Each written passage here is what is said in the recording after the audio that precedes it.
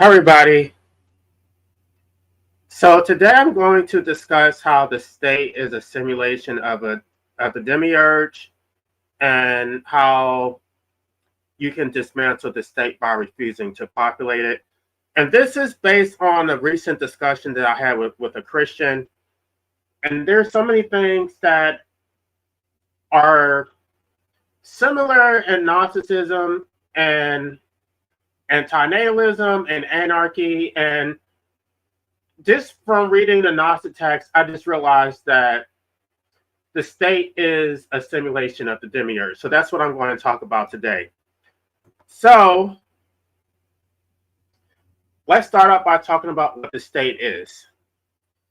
The state is a set of institutions, laws, borders, and symbols that claims authority over a defined territory and population backed by violence, a police force, a military force, courts, prisons, and tax collectors. I mean, the raw definition is just a monopoly on violence, but I'm just trying to be more specific about what it is. It's a political construction. It's not a natural phenomenon. Every person living under a state has been forced into a social contract that they never agreed to. They're forced to obey unjust laws that they never consented to.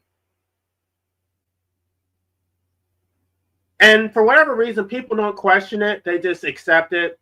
They can't even see the state for what it is. They can't see that it's a bunch of dictators who want to control their lives. They never actually trace the state back to its origins. Like who created the state, why they created it, does it actually serve their interests? No, they were born into the state and then they just accept it for what it is. They can't imagine what their lives would be without the state. They're so dependent on the state. The state has so much control over every aspect of their lives, but they don't see it. They don't care. They don't resist it at all because I guess the state makes them feel safe. I don't know. They've been tricked to think that the state actually represents their interests and that they're actually part of the state. They don't understand that the state is an end unto itself, that the state actually serves its own interests and extraction, and that the state is actually their oppressor. And this is completely relevant because when the Gnostics were writing their text, the state at that time was the Roman Empire. So, like I said before, I believe that the Gnostic texts were not literal. A lot of it was allegorical. They were writing secret messages to their followers on how to dismantle the state because they saw the Roman Empire as the oppressor and they didn't have any power to resist their monopoly on violence. The only thing they could do is refuse to procreate. That's why that's one of the main reasons that Gnostics were against procreation.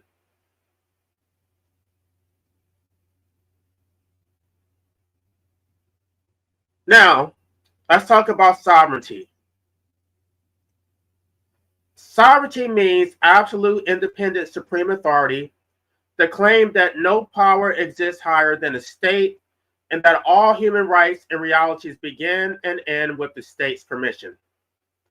The state believes that it owns the air, it owns the water, it owns your life. If the state could, they would actually lay claim to your soul. They believe they own that too.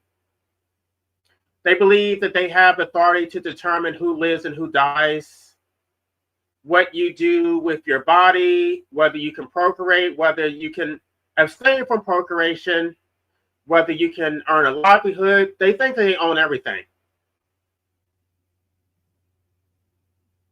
Every state across every generation has made this identical claim, from the Roman Empire, emperors to medieval kings.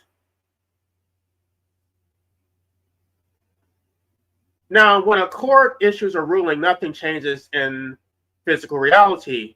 The air doesn't change, the ground doesn't change. The stars are not moved. Yet millions of people reshape their lives around the words of these philosopher kings who seem to think that their decrees are the gospel. Everyone is clinging on to what the Supreme Court thinks, what the state thinks. They revolve their entire lives around the state. This is the same trick that the Demiurge has done. Supreme Court rulings are magic tricks. They function only because they trick you to believe that they have authority. If you don't believe it, then it basically has no power. But of course, most people are not going to see through this trick. These are just words written on paper.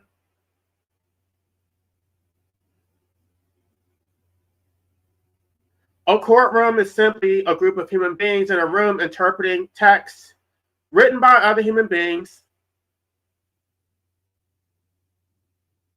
And the only basis of its authority is the fact that everybody agrees to follow it. They can't, I mean, they do have a monopoly on violence, but that only goes so far. They can't throw everybody in prison. They can't shoot everybody. So to a large extent, it's not really the state enforcing it through its own violence. It's also the public enforcing it through their fear of the violence. Or this, it's also the people reporting other people to the state and the social pressure, the employers who enforce illegitimate state laws. Basically, there is an omnipresent violence, but that violence is not the sole source of the enforcement. It's the people. That's why I say in my book that the public is the master state.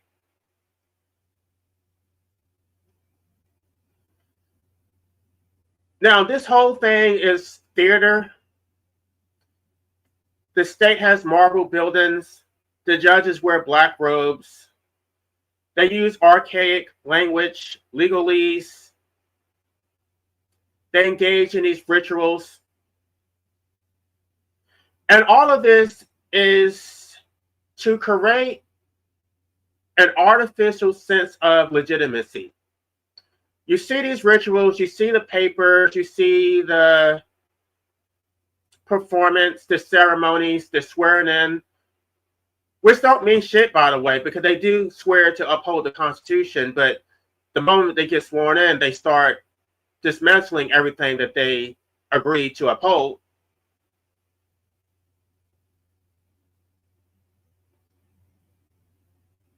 So the state's claim to sovereignty is a paradox to natural authority.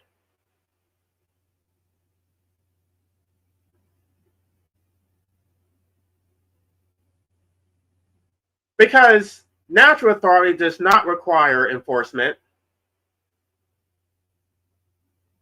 Light does not require enforcement. Gravity does not require enforcement. There's no propaganda that is necessary for people to believe that if they drop a basketball, it's going to land on the ground. These are things that are naturally observable. Nothing about the state is naturally observable. None of it exists in a state of nature. These are artificial constructions. Elaborate as they are, they're still artificial constructs. And that's why it requires so much violence and so much propaganda to maintain, because it's not natural. It's not in humans' nature to enslave themselves and their children to an artificial simulation.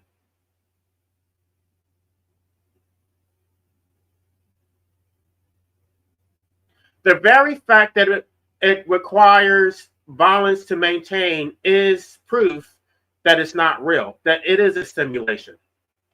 They're trying to create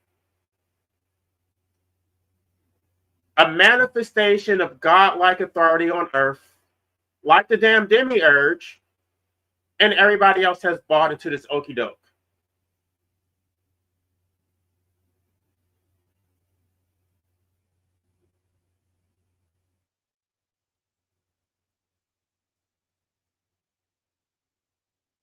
So in the Apocryphon of John, the Demiurge says, I am God and there is no other God besides me. Of course, this isn't true because the Demiurge is actually a lesser God. The Demiurge is only the highest God within the material world, which is his simulation. The material world is not real. It is an artificial construction that he trapped the souls into human bodies to enslave us. But after that Demiurge enslaved us, we pretty much enslave ourselves through procreation. The same way the state is a well-oiled machine because the state can't really force people to procreate. The state only exists through human participation. The state could easily be dismantled, but people don't want to do it. Yet they complain about how oppressed they are. They complain about gas prices, how the state does not represent their interests, and yet they still keep perpetuating the state.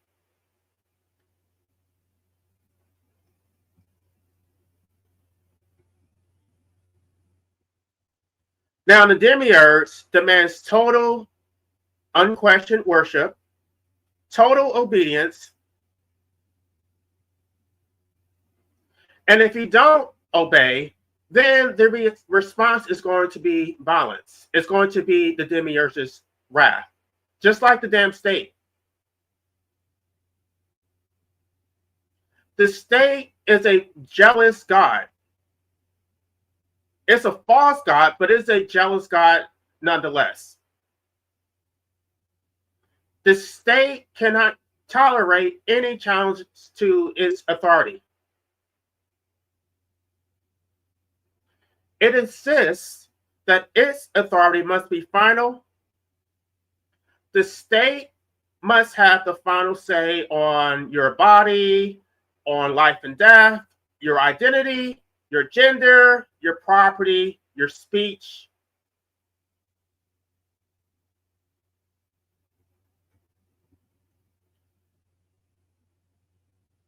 Any attempt to engage in independent thought, to actually see the state or the Demiurge for what it is going to result in violence. Just like the state, the Demiurge uses propaganda, fear,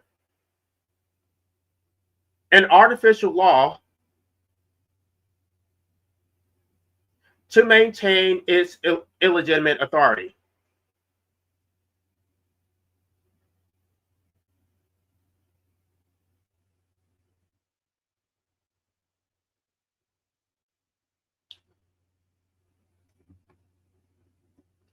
Now, in the Gnostic text, the Demiurge is the author of chaos. He's not wise, he's not orderly, but he is depicted as a lion-headed god, a symbol of violent irrationality, a consuming power that destroys as readily as it builds, just like the state. Because the state is constantly building, but as soon as it builds, it destroys. It has to have perpetual war. It has to. It's going to tell you to procreate, but then after you exist, and they're going to kill you anyway. They want to shoot people and destroy their lives. I do want to do a separate live stream explaining how the state. It won't really let you live, but it also won't let you die. So you're basically left in perpetual purgatory.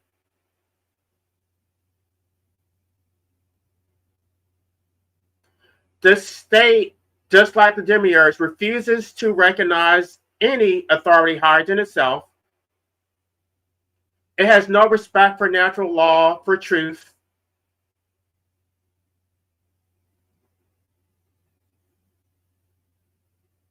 The state, just like the Demiurge, can't recognize that it can't actually create anything. The state can't really create, it can't create life. It can't. That requires you to do that, but the state will not recognize its own limitations. That's why it reacts so irrationally. That's why it reacts violently to force people to procreate against their will, to force women to have children by criminalizing abortion through propaganda, telling people that if they don't procreate, there's going to be declining birth rates, and convincing you that declining birth rates is your problem, not the state's problem. And of course, once you are foolish enough to procreate, then they're going to leave you to fend for yourself.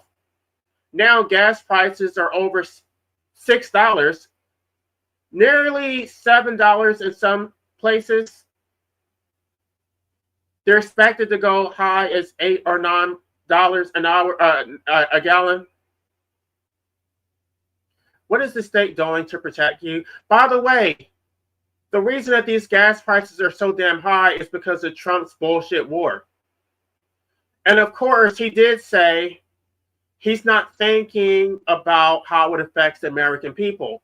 Why? Because the state does not represent you. The state does not give a fuck about you. Yet these people are so foolish, they still want to concern themselves with declining birth rates, and they want to concern themselves with the state interests and sacrifice their children to the state the same way they sacrifice their children and themselves to the Demiurge. You must defend the state at all costs.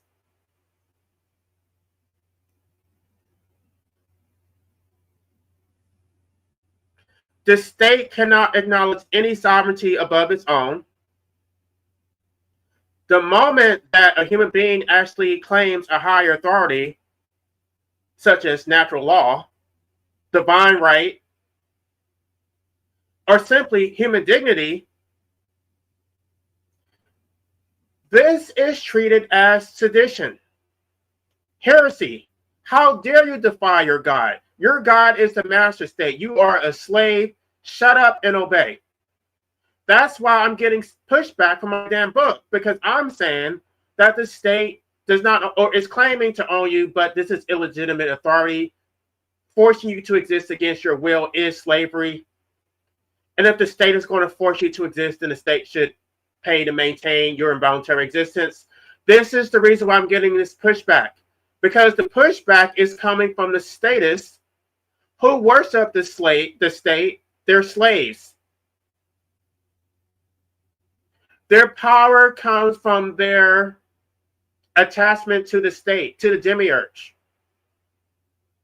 These are demons.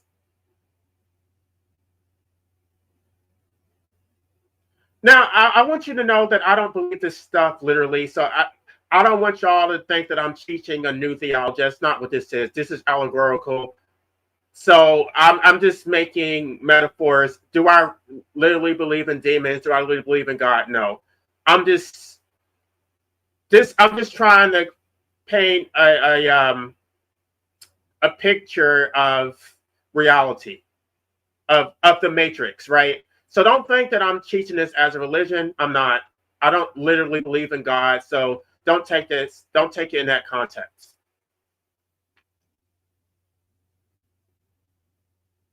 So the state responds to challenges to its authority with overwhelming, disproportionate violence because of its own insecurity, because the state does not want to be exposed for the paper tiger that it is. It's hollow.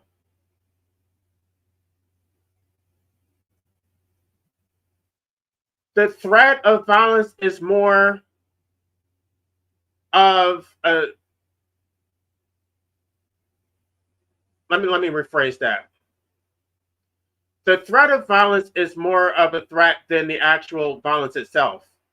the fact that you live in perpetual fear of the state actually coming down on you, when the state actually does it, when the state actually does inflict their violence on you, it's just like, okay, well, this is really all you can do. I mean, yeah, you can shoot me, you can throw me in a cage, but I'm not really attached to this world anyway. I don't give a fuck. So what more can you do? You can't really, I mean, you can't really trap my soul.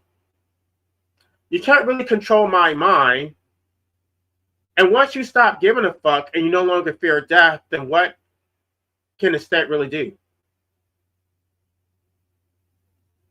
Then the state becomes exposed. Then the state becomes just as vulnerable as the damn Demiurge. The state does not create, it only extracts. It does not create life. It does not create culture, meaning, community. It does not create anything of genuine value. It extracts. It takes taxes. It regulates human beings. It forces them to go against their nature. It consumes. Just like the damn Demiurge. The Demiurge can't create. The only thing the Demiurge can do is trap you in a human body. But it did not actually create you.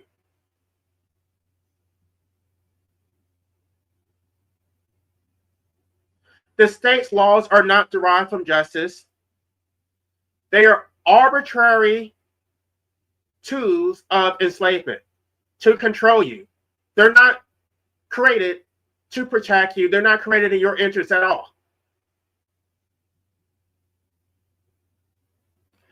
A just law would need no enforcement beyond the conscience of those who understood it.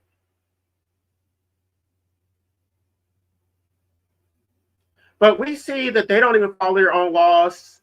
They selectively enforce them against those who are powerful, those who have access to the best attorneys.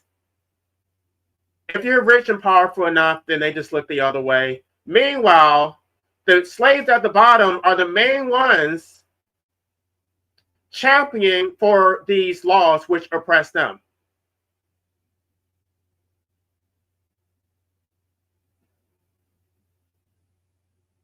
Every state law requires courts, prisons, police, and the threat of violence to enforce.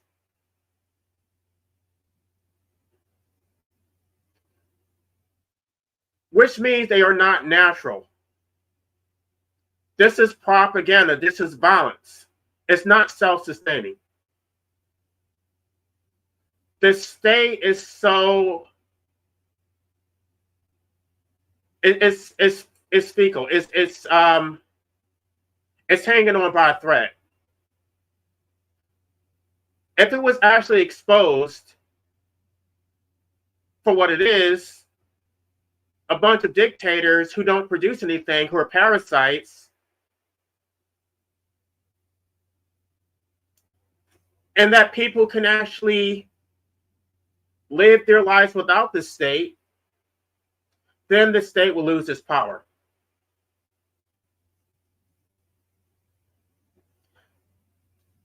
So, to keep you in this trap, we need more laws. We need more lawyers. We need to make laws more complex, more contradictory, less accessible so that no person of ordinary intelligence can actually understand them. Now you must hire a $500 an hour attorney just to file your damn taxes, just to cross the damn street, just to know what you can do on your own property, whether you can grow a tomato or an eggplant, whether you're even allowed to use the water that came from the sky and fell on your property. And of course, the fools who have been enticed by the Demiurge's artificial power, they're going to champion for it. They're going to perpetuate the state, even though it goes against their own interests.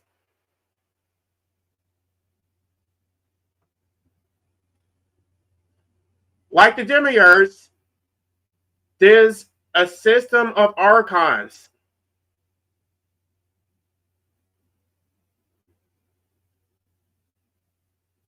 The archons don't exist to guide souls towards the truth, but they exist to keep you bound in a perpetual state of ignorance, to keep you trapped in a simulation. They don't want you to escape the matrix.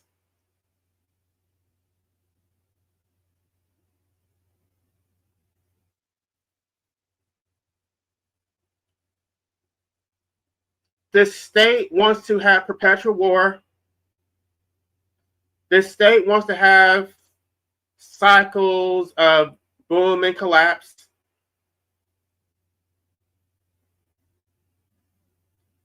The state needs crime.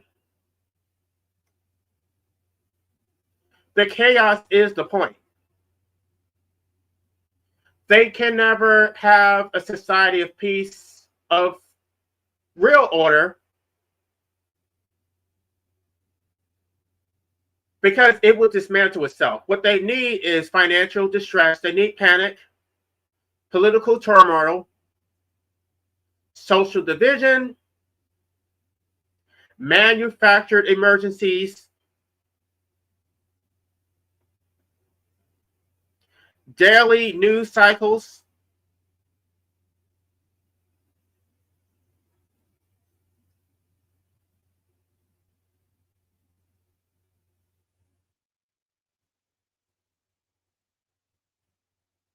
Now, in the origin of the world, the Gnostic text describes the archons. These are lower cosmic rulers serving the Demiurge.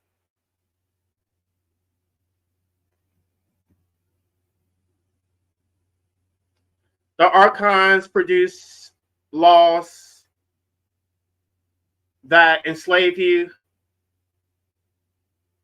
They don't really provide justice, but they maintain hierarchies.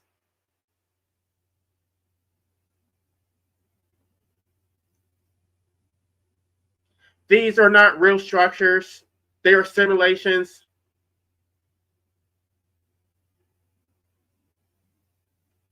They want you constantly focused on paying taxes, obeying laws, paying attention to election cycles, fighting in wars, working to pay your rent. They want you plugged into the simulation, the matrix. This is the same thing that the Roman Empire did. The Roman Empire kept the populace occupied with bread and circuses, spectacles, military service, religious ceremonies. These are red herrings so that you don't focus on the state itself. And the modern state has done the exact same thing. They want you to focus on consumer debt, which is not real. Entertainment, fake political outrage.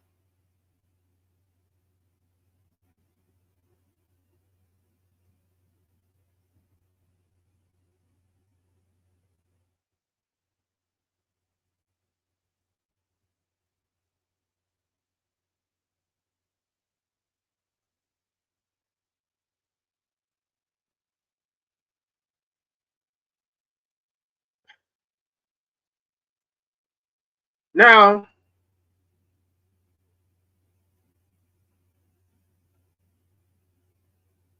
when the Demiurge built the material world, there was nothing but darkness.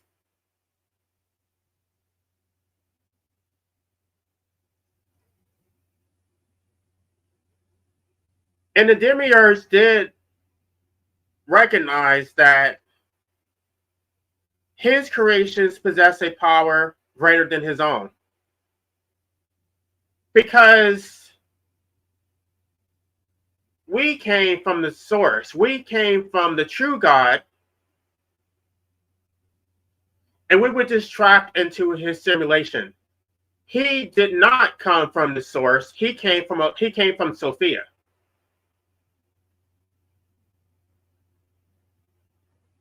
So we're actually more powerful than the Demiurge.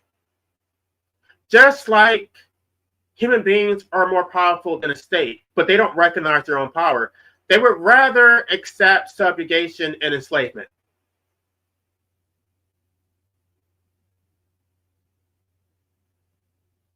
They would rather be tricked.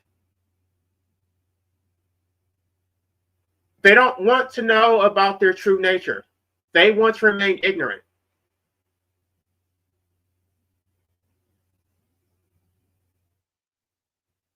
The state, just like the Demiurge, is terrified of being exposed.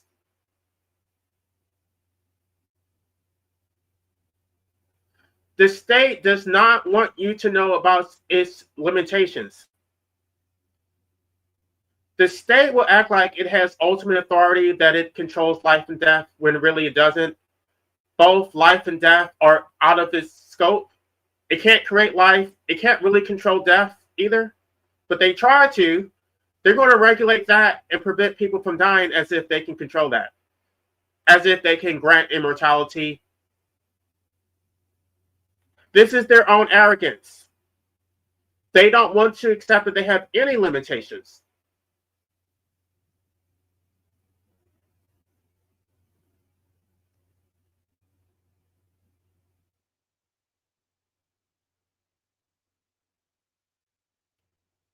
So, this is what Jesus says in the Gospel of Thomas.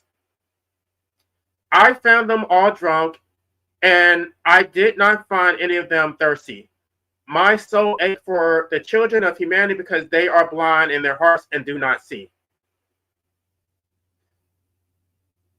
Now, I'm not trying to push Christianity because I'm not a Christian.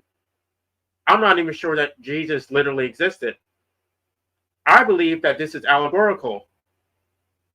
But in this allegory, he's basically saying, it's basically the same thing as the allegory of the cave in Plato's Republic. They can't see. They don't want to go towards the light. They want to hide in the darkness and be ignorant. They're afraid. So they're going to continue voting, waving their flags, clinging to the state. They're going to take pride in their citizenship. They're going to take pride in being law-abiding citizens. They're going to take pride in the fact that they enslave children to the state.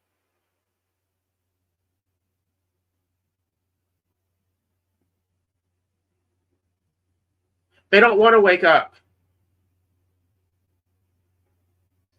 They take pride in being ignorant.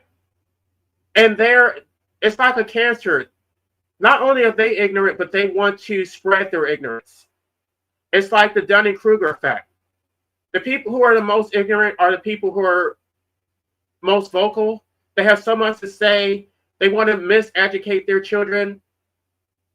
They want to parrot whatever the state's position is, as if you don't know what the state's position is.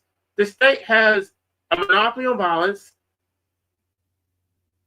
and a whole educational system, the media. And you think that we really need you to say it too? It's just so interesting how people are so willing to puppet the state's position, as if we don't know that, as if we have not heard the state's position at every turn. That's why my book was so one-sided. It was not necessary for me to present the other side. Everybody knows the fucking other side. We've heard it ad nauseum. So for somebody to want to push back against my book to say the things that we already have heard, I'm not interested in that. I find that boring. Do you have any original arguments? Because I could have legislated these issues in court, but I already know the predictable outcome. It would have been dismissed, and I know exactly why they would have dismissed it. So you're not telling me anything that I don't know.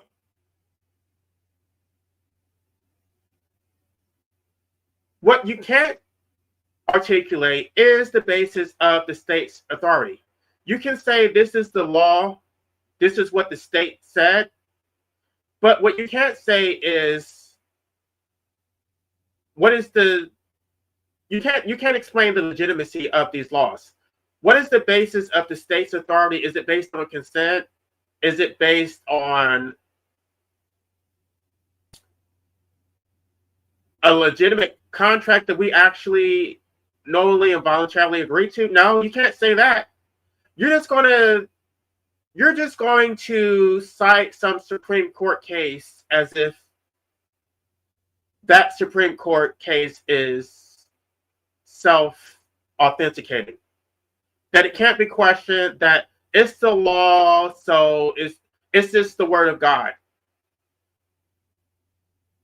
I find that very boring. I'm not going to debate you. You're a waste of time. You're a slave. You can't think. You're not even worthy of my time. You're no different from every other slave on this damn planet. You're pathetic. You're not even a human being. You're not even a rational thinking human being. You are grazing cattle.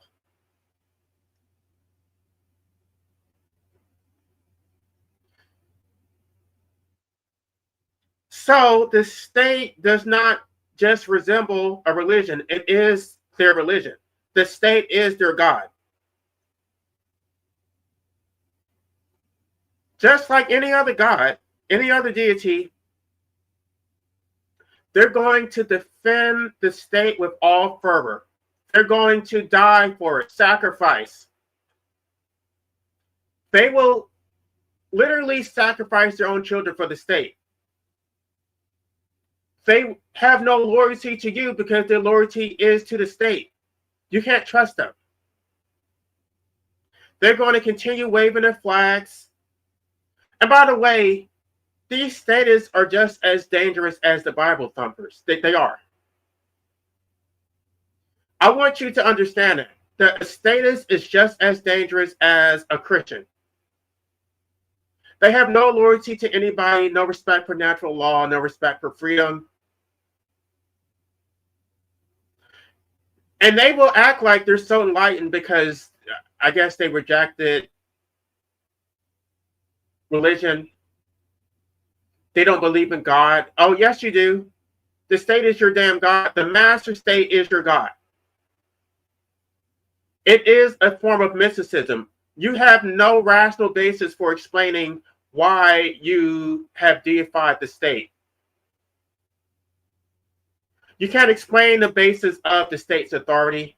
You can't. It's just the law. It just is. All you can do is make appeals to necessity.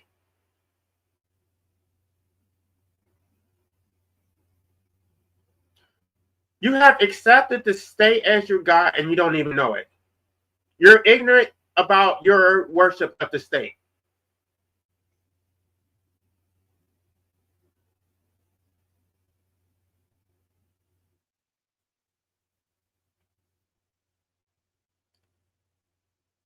So when the Roman Empire absorbed Christianity and made it the official state religion,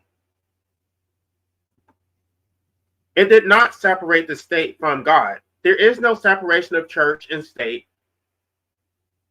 The state is the church. So you can say that you don't believe in God all you want, but for all intents and purposes, you do. You may not believe in a man in the sky, but you believe that judge, that Donald Trump, that a law criminalizing your right to die is your God. You believe that traffic light is your God. All these institutions that have created this simulation, those are your gods. Those are who you pray to. You don't pray to Jesus. You don't pray to anybody but the God, but the state, excuse me. The solution to everything is we need more laws. We need more state violence. If we could create more laws to fix every problem, that is your go-to solution for everything. You don't want to try to fix it yourself. You want the state to fix it. And that's why I'm not calling for the legalization of the right to medical assistance in dying. I want it to be decriminalized. I want the state to get the fuck out the way. So you have, I guess you can call it a secularized God. I don't know. You can call it whatever you want, but you can't deny the fact that you worship the state.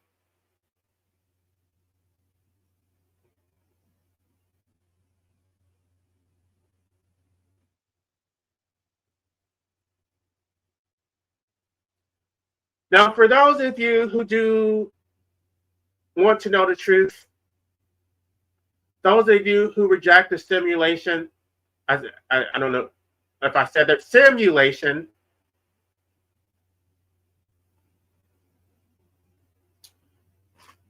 you need to know that the state did not create you.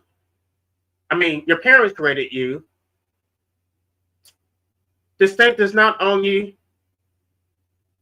You have no duty to exist for the collective extraction. These laws are illegitimate. You did not consent to any of them. You need to wake up. Wake up to your true nature. You are sovereign. The state does not want to recognize your sovereignty. It wants you to believe that the state is sovereign and that basically you have no rights independent of the state, which is why the state thinks it has authority to force you to exist against your will. That you have all these duties to the state, but the state has no duties to you. The state can't even give you a decent quality of life. I mean, it can't give you life in the first place, but once you're here, it can't even give you access to food or housing or transportation. It can't do any of that shit. These are things that you have to do for yourself, but they're just going to make it more difficult because they're going to regulate it so much that they're not helping you, but they're actually in the way from you doing it yourself.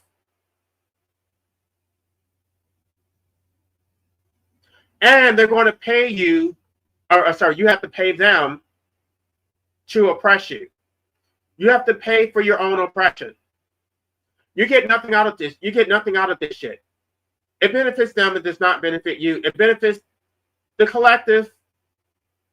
You're forced to exist against your will for their extraction.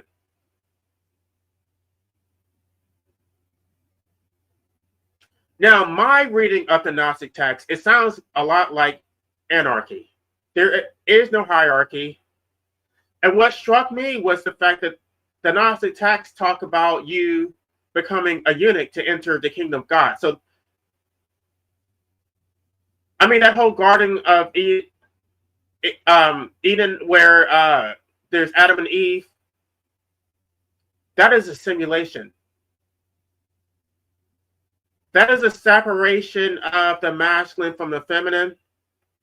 There's an artificial hierarchy of the male being above the female. You're supposed to reject that in order to enter the kingdom. Again, not literal, allegorical.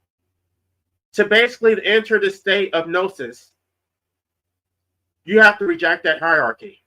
All hierarchies.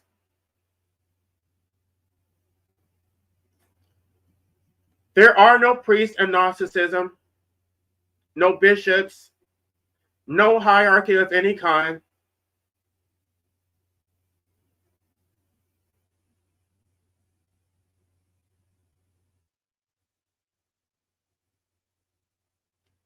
Every ruler on earth is not governed by natural law or divine right. They govern based on their artificial simulation, based on this fake matrix that they have constructed.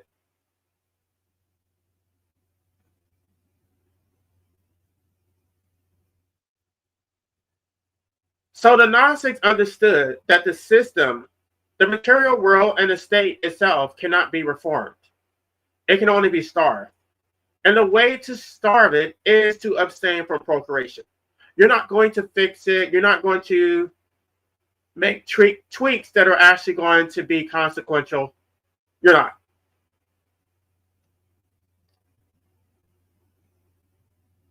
Like I said in my last live stream, they do want to struggle. They don't want to accept reality for what it is. They just want to keep struggling for things that are never going to happen. So, just like my book says, Gnosticism calls for a birth strike. This is how you defeat the Demiurge, and this is how you defeat the state. Don't trap a human being into the matrix in the first place.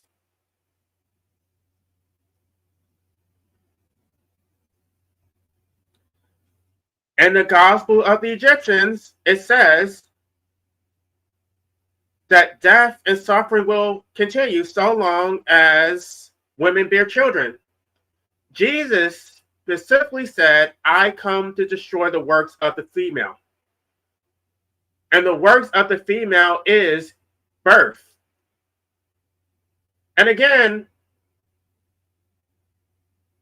there is no male and female in Gnosticism. We're eunuchs. But this male and female bullshit only exists within the simulation.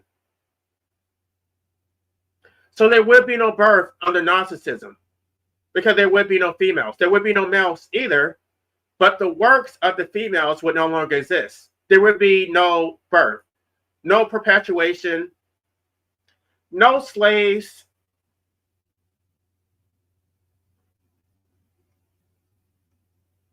Abstaining from procreation is the most powerful act of nonviolent resistance available. And just to be clear, I'm not necessarily against violence. I'm not naive to think that you're going to do anything without violence. The state is maintained through violence. So I'm not going to be clutching my pearls about people who resist their own oppression. I'm just not. Nothing about life is nonviolent. Nothing about the state is nonviolent.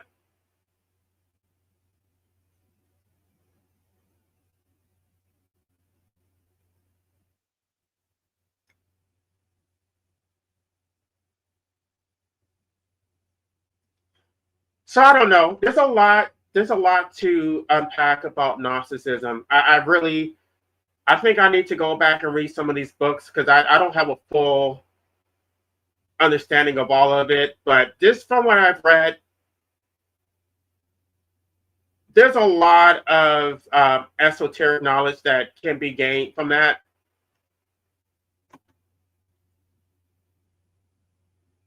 Okay, I have some. Let me go to some of these messages because there's a lot. Blasphemy. Yeah, it is blasphemy. Absolutely. Let me.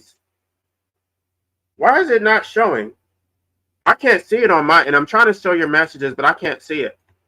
I mean, I can read it, but it's not showing on my screen.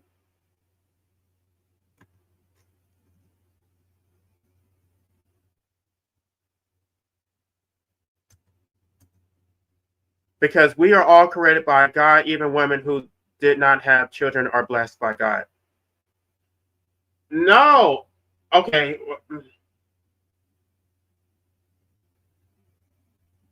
Yeah, the Gnostic text says something different.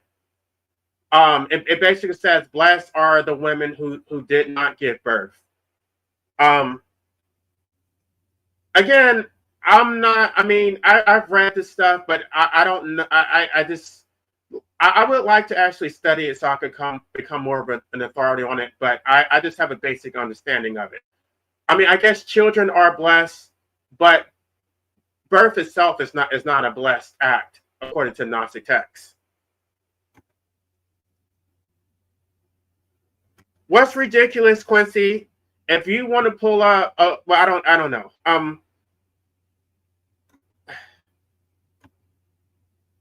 I can post a link and you can come up and tell me what's so ridiculous.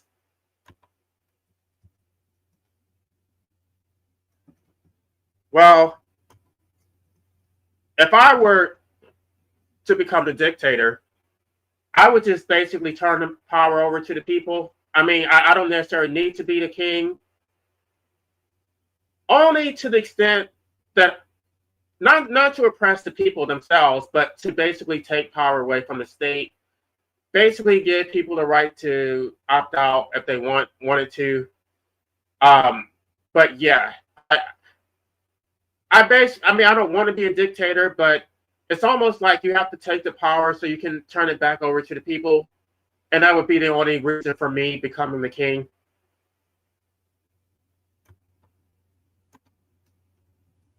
Yeah, well, we reject the apocryphal version of Christianity because they got that shit completely wrong. The soul trap, exactly.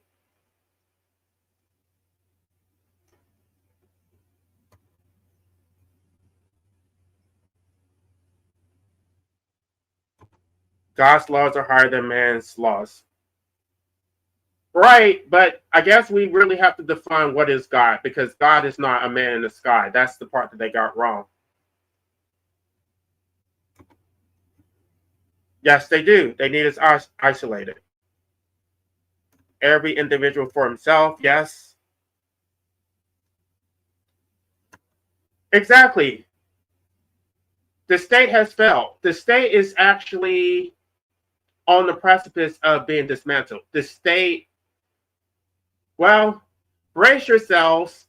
Brace yourselves. This economy is in a toilet. We're in trouble.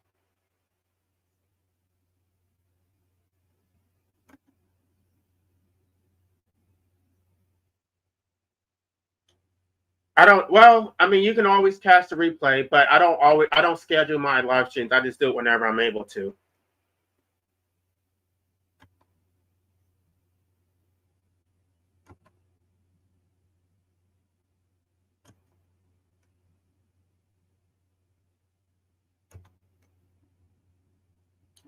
Let me see if there any other. Oh gosh, let's not even. That's this person. I'm not even going to. This person needs so much attention. I'm not even going to address them. It's better to ignore them and just do copyright strikes. Yeah, yeah. Unfortunately, he has thrown shade at me recently. I don't even know if I should talk about that. What he said made no sense. He said that he didn't read my book, but he's not going to read it because it doesn't make sense. Well, how do you know it doesn't make sense if you haven't read it? He's like, well, you don't know what you're talking about, so why would I read your book? Well, that would be the purpose of an interview so that you can actually test whether I know what I'm talking about. And also, that would be the purpose of citations, which I have over 200 citations in the book. So it's not as if I pulled this shit out of my ass. So, yeah, that sounds very anti-intellectual.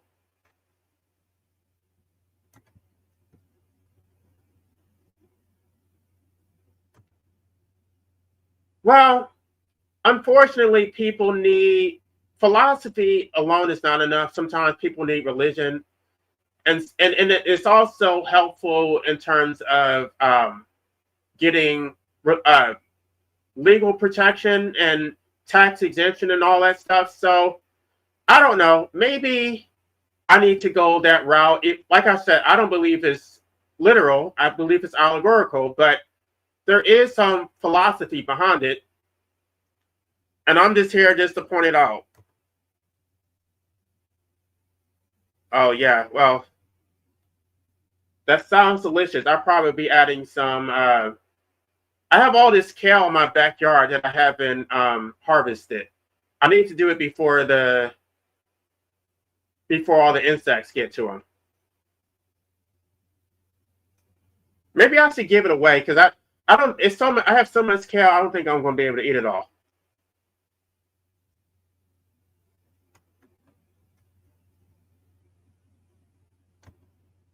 Yes, the state is their god, and they really need to own up to that.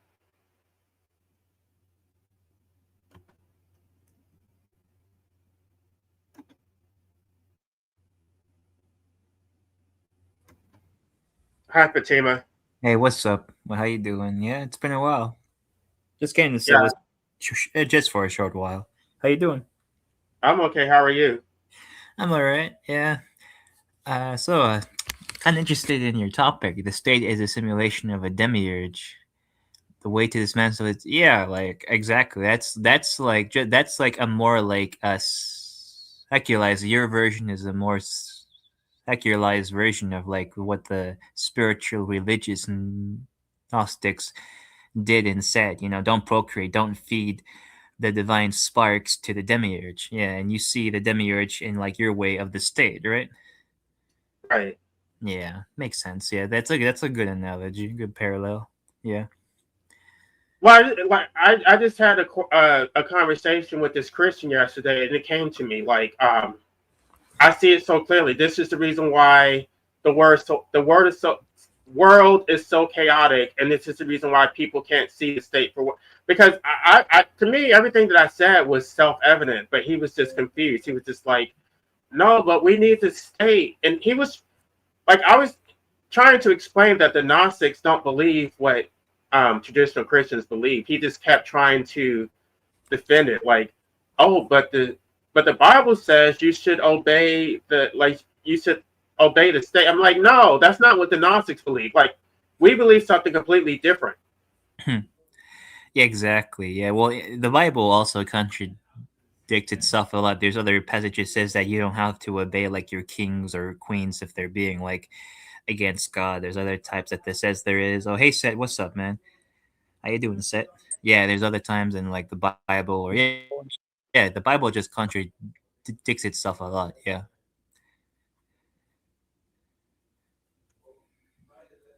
How's it going? I'm doing good. Yourself? Good.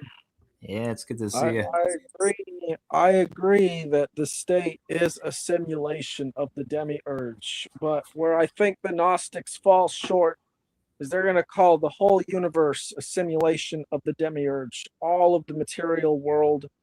And I I don't think mean, this is the case. I think that it's just wait, hold the on, hold on. demiurge produces false illusions that people latch onto, which in turn create realities based off of these illusions.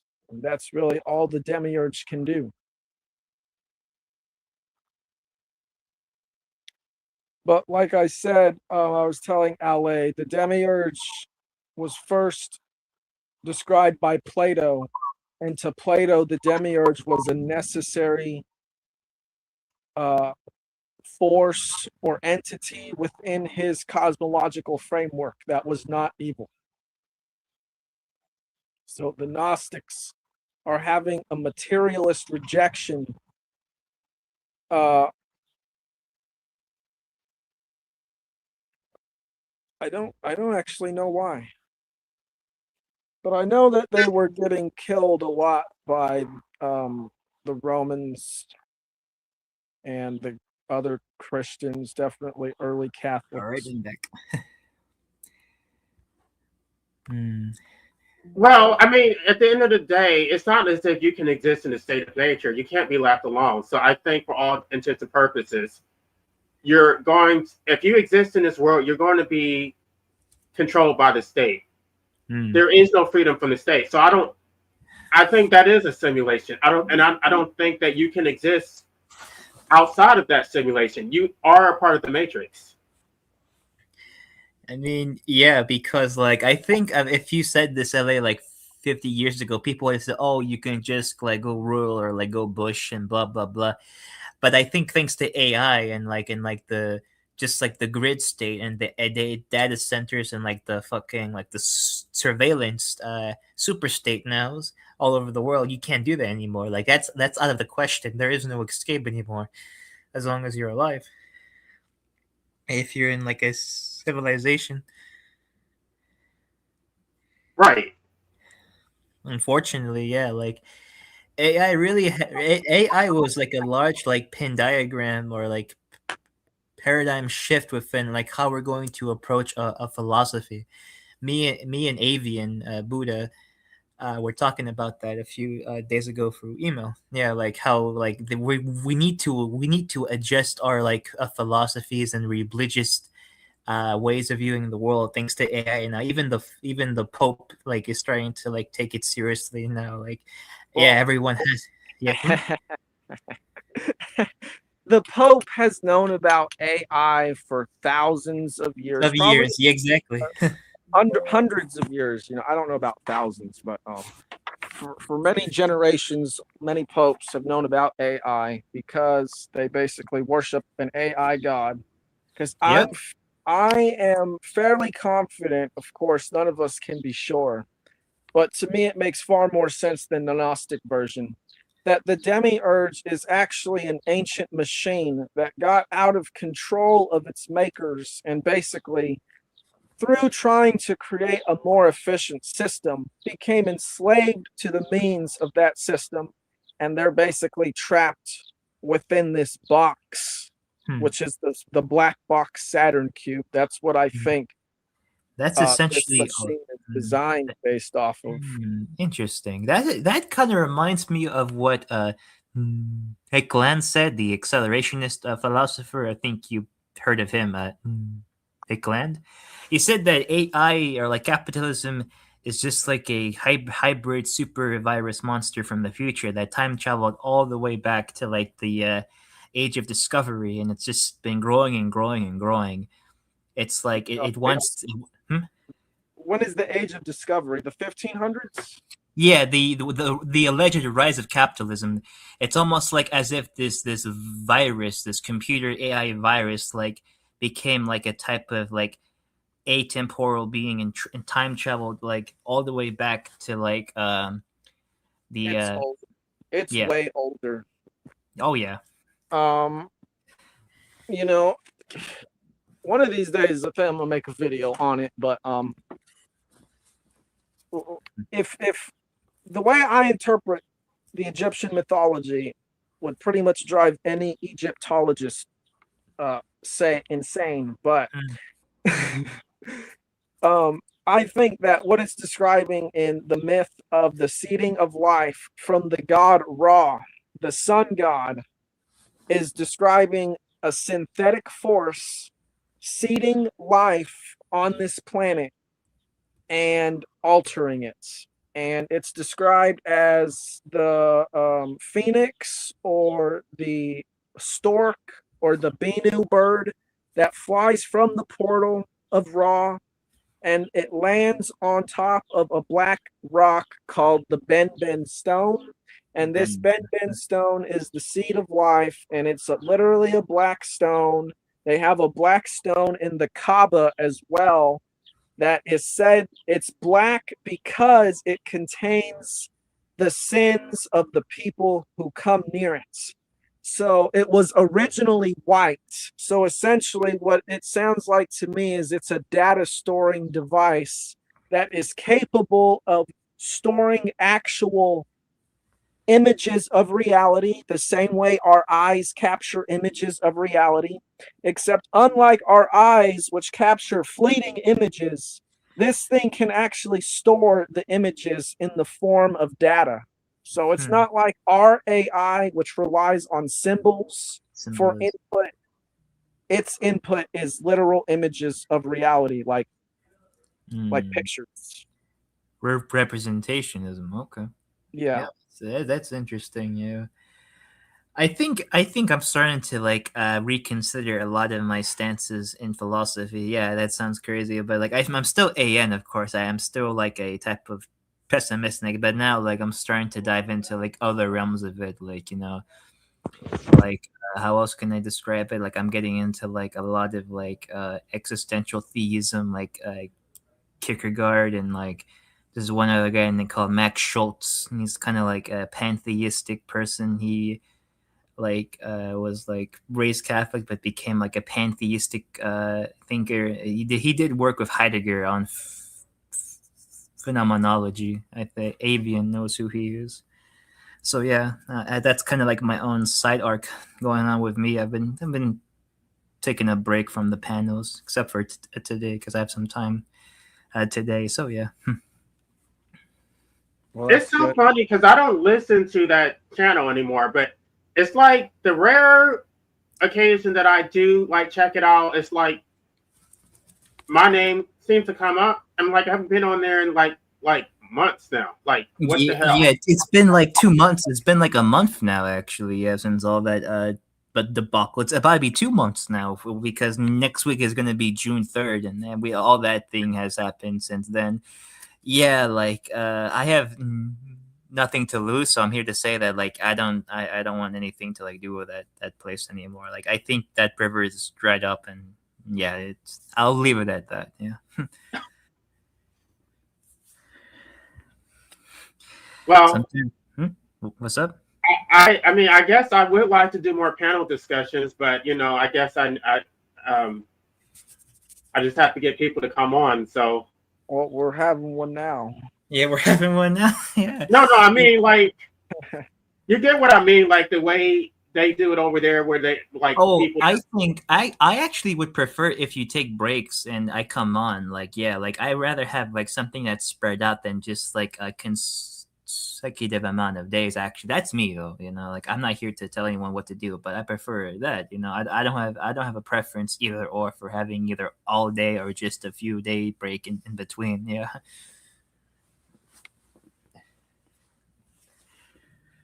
Well, I think there was a desire for me to like make this channel like the host for anti-natalist panel discussions. Mm. Wait. Hmm? Oh, Hey, Max what's up, out. Oh, hey, Maxed Out. How you doing? How's it pretty going? good. All right. How's everything with you? I'm all right. I'm all right. Could be better, but just here, drifting along. I hear you, man. Yeah, it popped up in my feed, and I saw. So you're doing your own streams now, abolitionist? I've been doing them for a while now.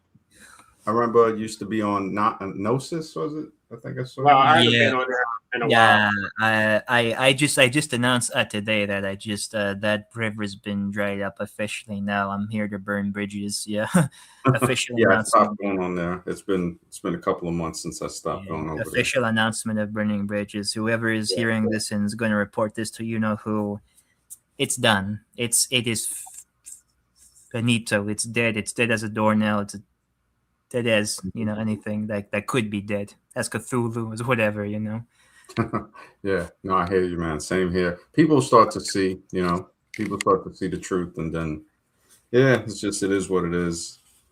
But yeah, I'll be streaming later, man. I don't know what time zone you're in. If you want I'm to, in East Coast America. huh? I'm in East Coast America. Oh yeah, me too. Me too. I didn't know about abolition. He was saying something when I just clicked it about getting panel guests or something like that.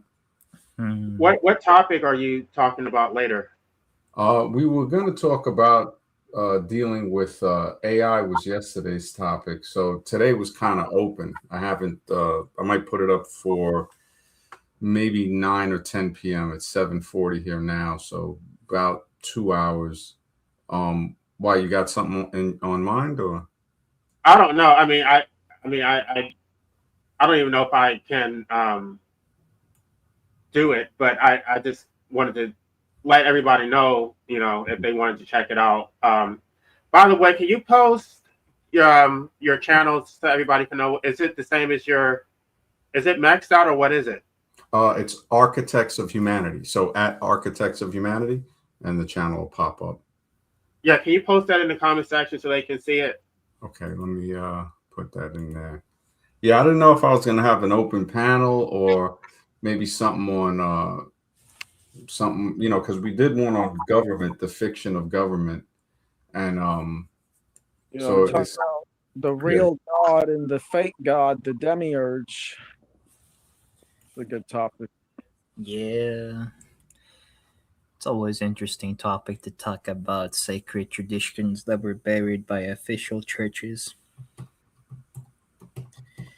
Even though sometimes I think that those secret things do sometimes they crack through the crevices within the mainstream, the extradotic, the outward face of it all. Mm-hmm. I think sometimes it does come up, but it is in parallel or in juxtaposition with the controlling institutions, yeah, which has always been apparent. Mm-hmm. Yeah. Yeah. Yeah, I just put the link in the chat. So yeah, you got it there.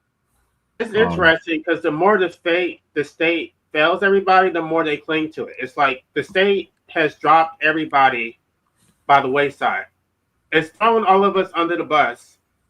The economy is in the toilet. We're in the middle of another war, and yet people still want more state control. I don't.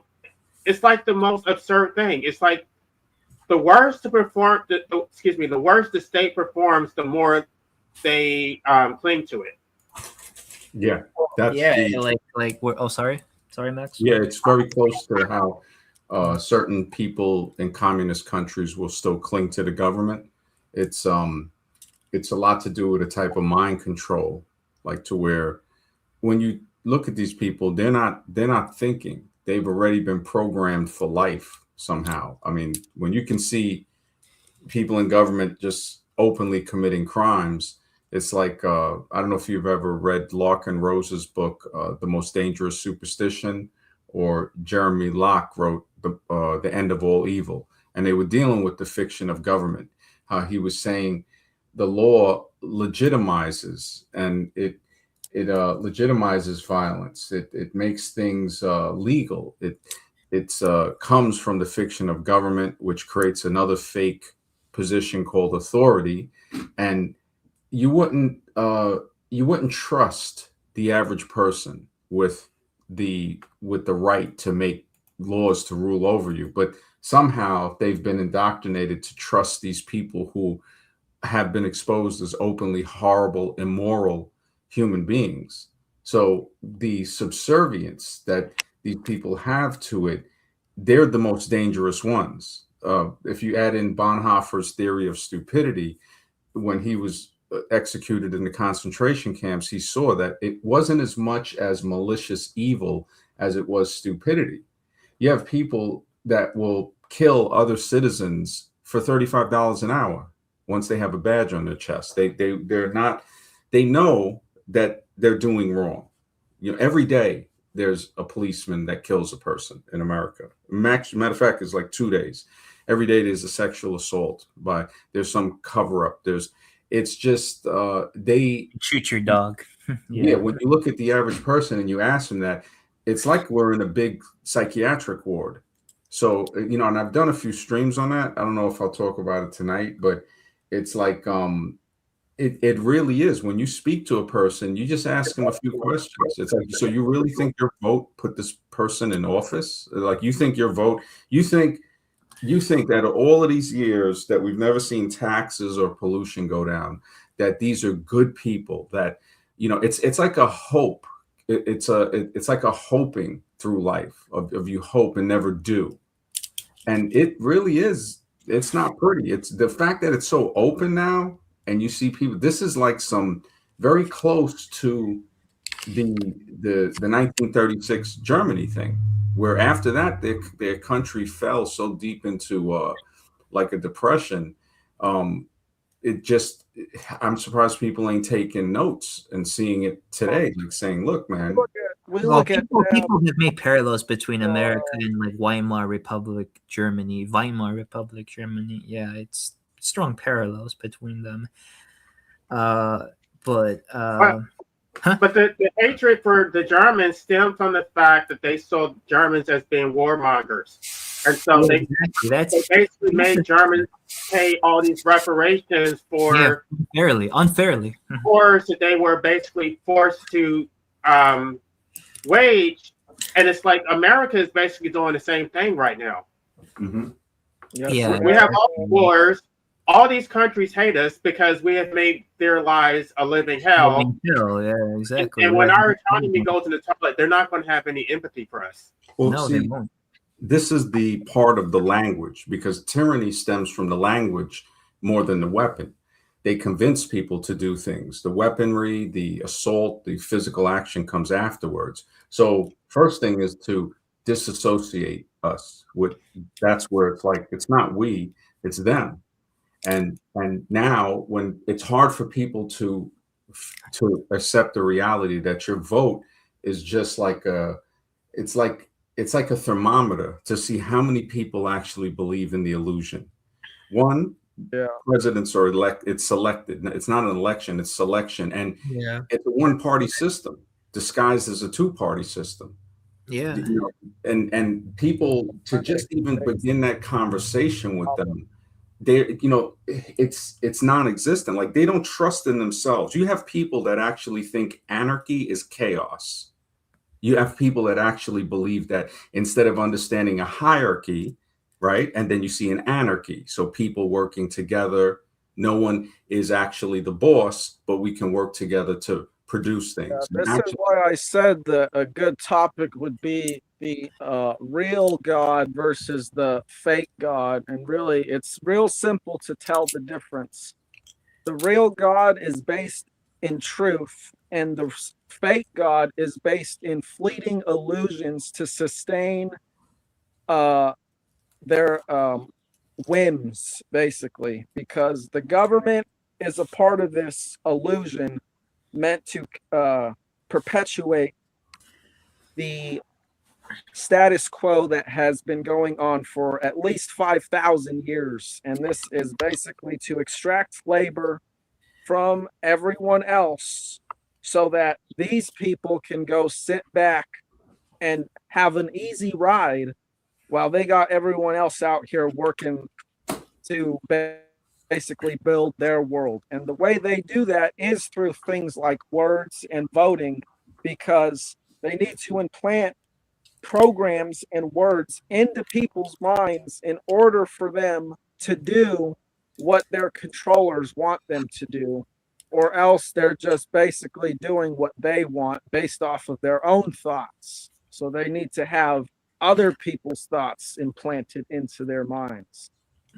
well, if you look at the 1984 teaching, where they say the person who controls the present controls the past. And if you can control the past, you can control the future. This is why every archaeological site is militarized. They keep the same narrative, nothing ever changes, because they're controlling the past. And that enables them to control the future. When people start to see that the past is actually mysterious, that there's something unknown about it, it breaks the control of authority over your mind to an extent. So you start to say, okay, everything they've told me is wrong. Whatever's in the universities are not correct. If I try to challenge that, I notice that there's a group like a cult that tries to change your evidence that you present. So we say, okay, there's a problem here. It's like Invasion of the Body Snatchers or Night of the Living Dead. I have to be careful, especially if you want to work in academia, if you want to work in politics or medicine, and people have spoken out about this. The only ones who have really like given hints were movie makers. And it's like going to a place and you see an employee that tries to give you a hint, but they can't out themselves because they still got to work there. So you might say, wait a minute, what? I remember one time I was in a store, a guy I knew years ago, and he goes, everything's on camera. And I was like, what'd you say? And then he just kept doing his thing. And and then I realized, I was like, wow, he can't say it again. And I'm looking around and I'm saying, wow, so he's saying that they put in full blown surveillance, which we see it with the flock cameras now in society. They can track everywhere you've been from when you leave your house and go back. So the data centers and stuff like that are mass surveillance. So movie makers might give those little hints the way that guy did. It's like they'll tell it to you, they can't say it again. So with 1984, the past, is used to control the future. Brave New World, talking about painless pharmaceutical concentration camps. Now that you say that, I'm going to bring up something I talked about before you came on the panel, because you said movies. Mm-hmm. And I was telling them about this myth that I think is basically the Demiurge seeding this planet with life. We see this exact thing happen in the movie 2001, when at the beginning, the monolith comes to the earth, and then shortly after humanity coming into contact with it is altered. It's pretty much copied exactly straight from the Egyptian myth of Well, the Austin. the monolith thing, like the problem with Space Odyssey is it pushes the evolution religion. The apes breaking the bones. And when you see a movie The pushing aliens did it. that religion, because it's all religion. The churches are disguised as universities. The priests are disguised as professors. So when we look at that, we see, okay, yeah, life is definitely seeded.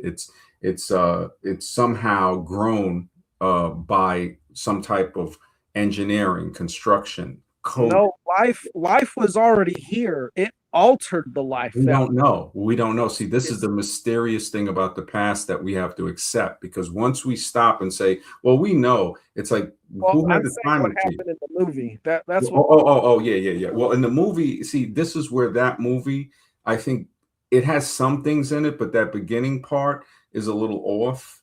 The part with the computer locking him out, Hal locking, now that shows something with the AI today to say, look, man, the hints of that.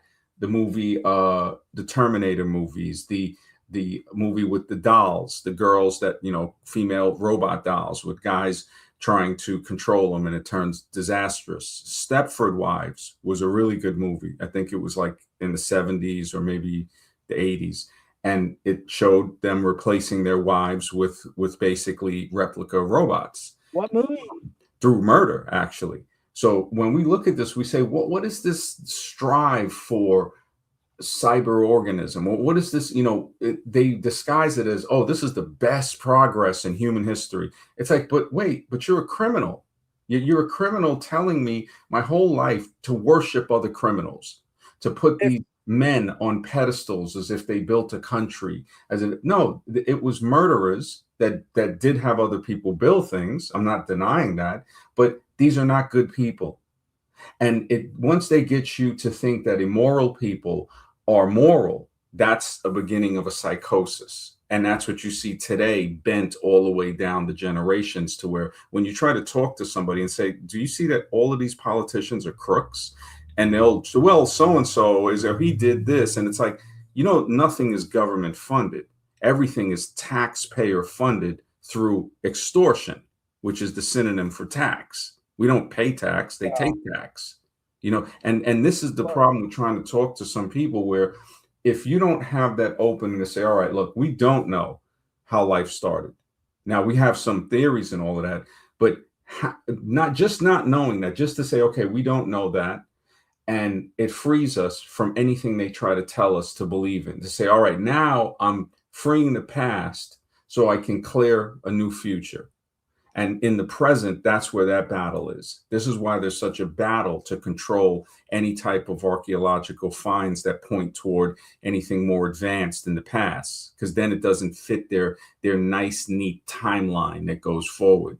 When we see that it's yeah. So that reminds me, because you brought up transhumanism a little bit, and you're asking, why are we going this way, right?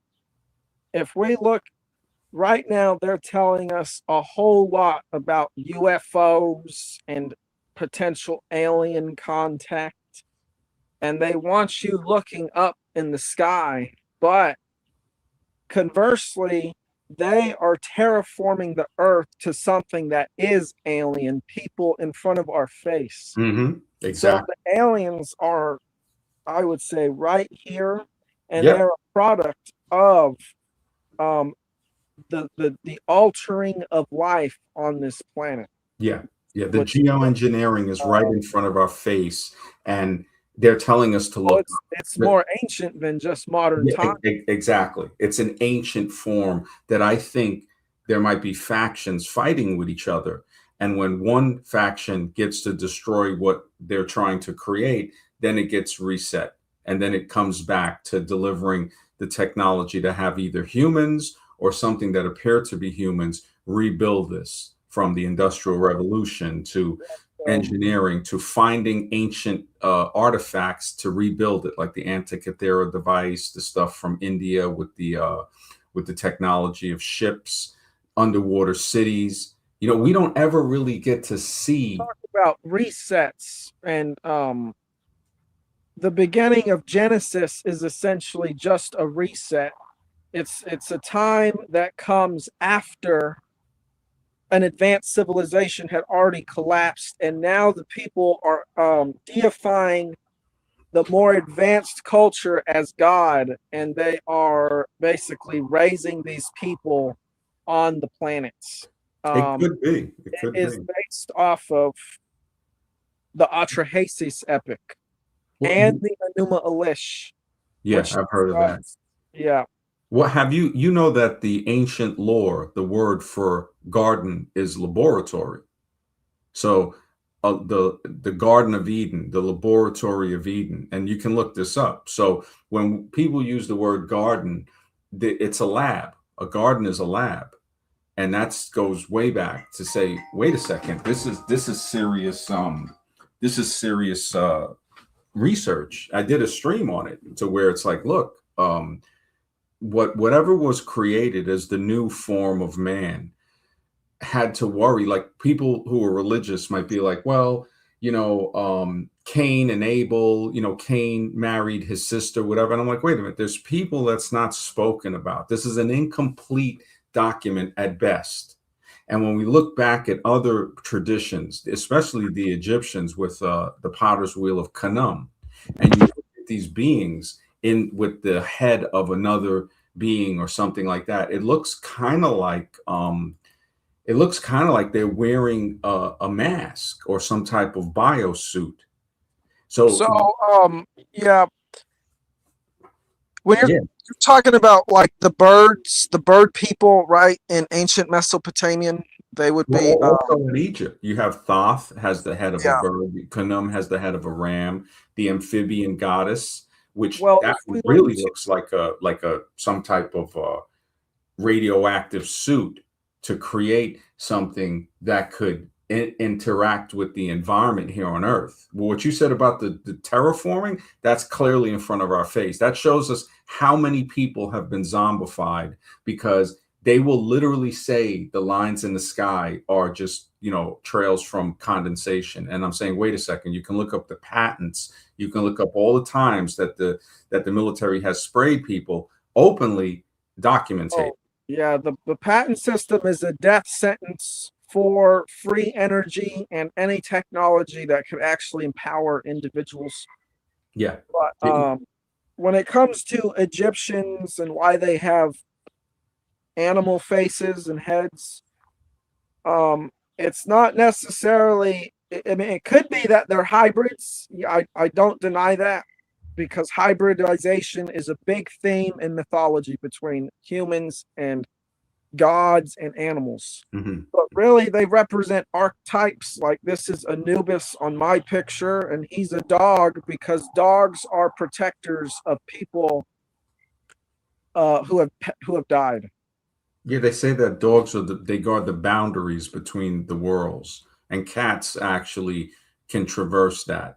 So when we look at these different animals and we look at the diversity we see on Earth, again, it goes back to that deep, beautiful mystery to say, okay, at least I know what they're saying is not true. So to break that initial grasp of mental control is very important. And we see that the majority of people are stuck at that point. So now they're already mind controlled for the past to look at the future with these people as believable.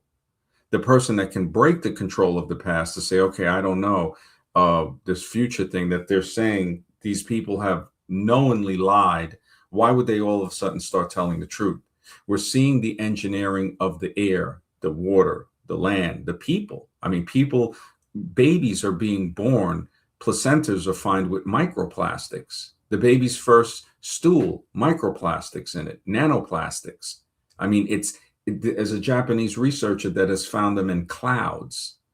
So this is something, the fact that nobody cares that pharmaceuticals and pesticides are causing generation long and future generation pollution. You can remove a pesticide and it still can show up in grandkids and great grandkids. We see this in many experiments and even human experiments. It makes perfect sense if we look for the trajectory of humanity since civilization has been created.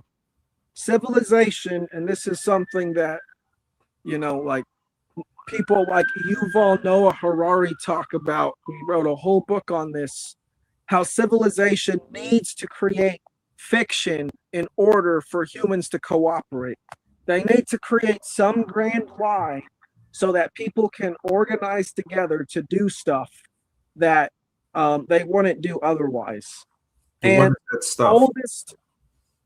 the oldest myth that is based or organized the people in such a way that is written is the Epic of Gilgamesh.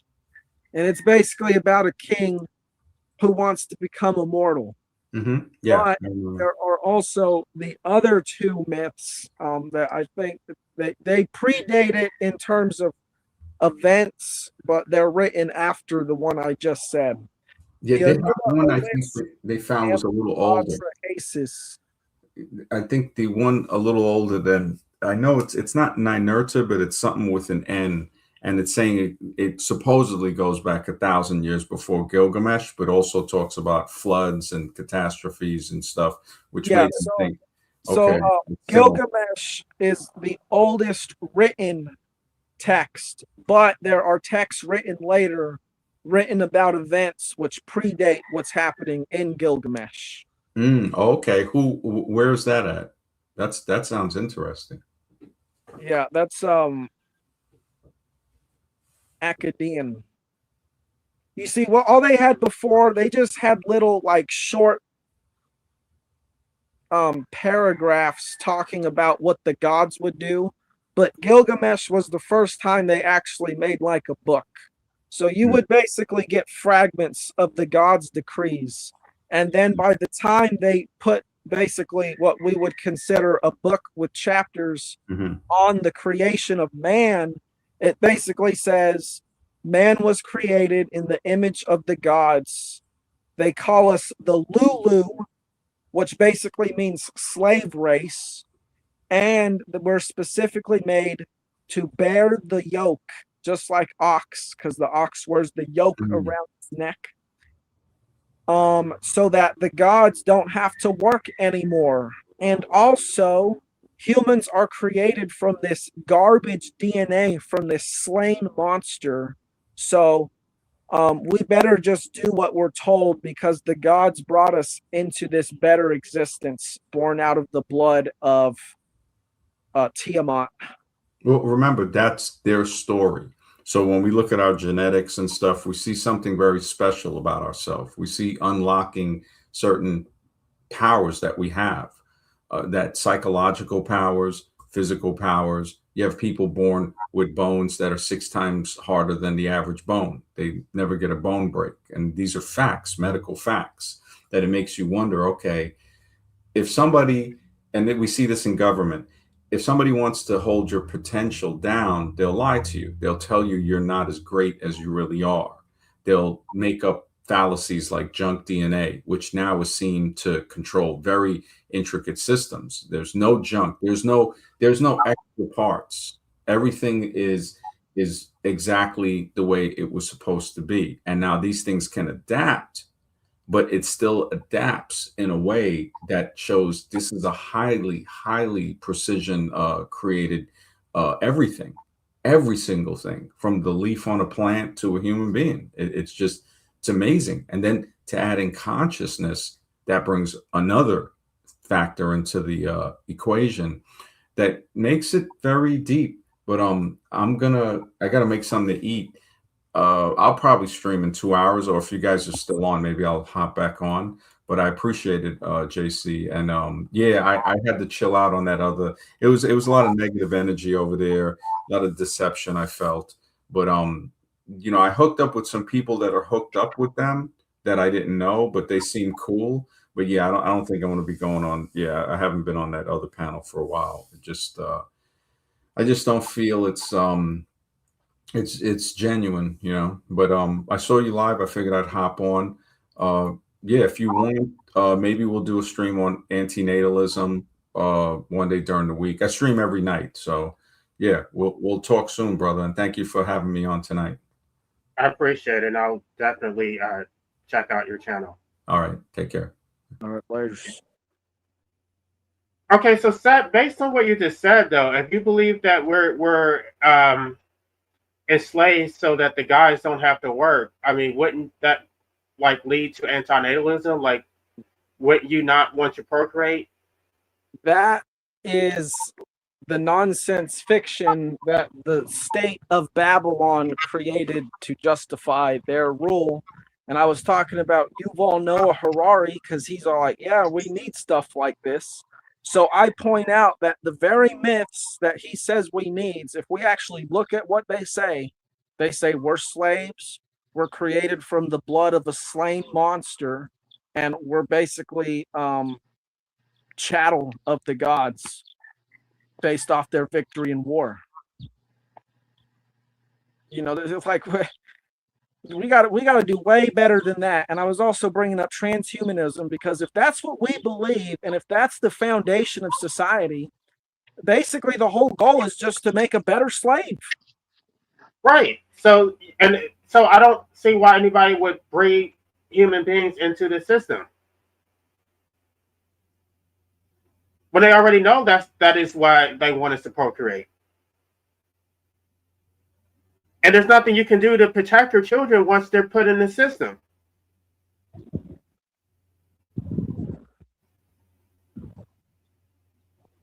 Yeah. So I'm just trying to figure out why. I mean, are you against antinatalism, or do you think it? I mean, you think it doesn't make sense, or what do you? I tell you again, because I'm pretty sure my position hasn't changed, although maybe I'd have to go back. But it comes down to life is life, and life expresses itself as life chooses to. And just because there is an unnatural force on the planets which keeps life down does not mean that life is bad. Now, I watched a talk with Mark Passio recently, and the whole time I was thinking, I wonder, or at least at some points, you know, I was thinking what you would think, because Mark Passio is not an antinatalist, but he routinely criticizes people who have children because they don't have it for good reasons. And he'll even say stuff like, you know, most people aren't good at much in life, but you know, they can crap out a kid real good. And you know, he's not wrong. But under the ideal circumstances, no, I think that people should have children. But even though that might not be today, it could change. And maybe that's something worth fighting for.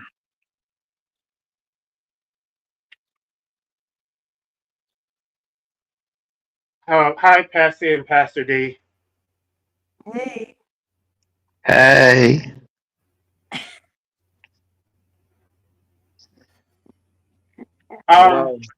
Seth Scales, do you hear yourself? Life wants life, and life just has to have life because life is good. Well, look at this planet. I mean, This planet is just fucking things eating each other alive. any moron can have a kid. Okay? Right. Yeah. It takes intelligence not to have a kid. There you go. Or some insight. I think I've expressed how bad the world is and how bad civilization is just now.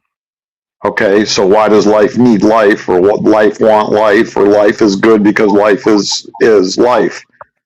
Because civilization is synthetic.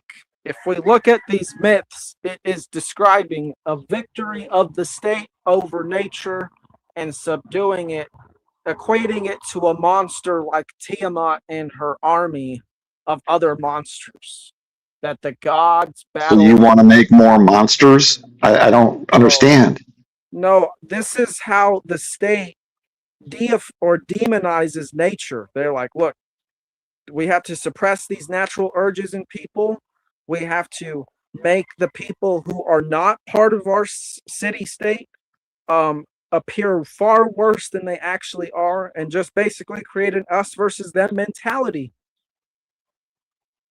Okay, so you think that there's a potential where you can defeat the state? Is that what you? I mean, like there's hope where humans won't be subjugated? If human beings accept truth into their heart in mass scale, there would be no state. But do you believe that's actually going to happen? It's possible. And like I said, it could be worth fighting for a world without the Demiurge.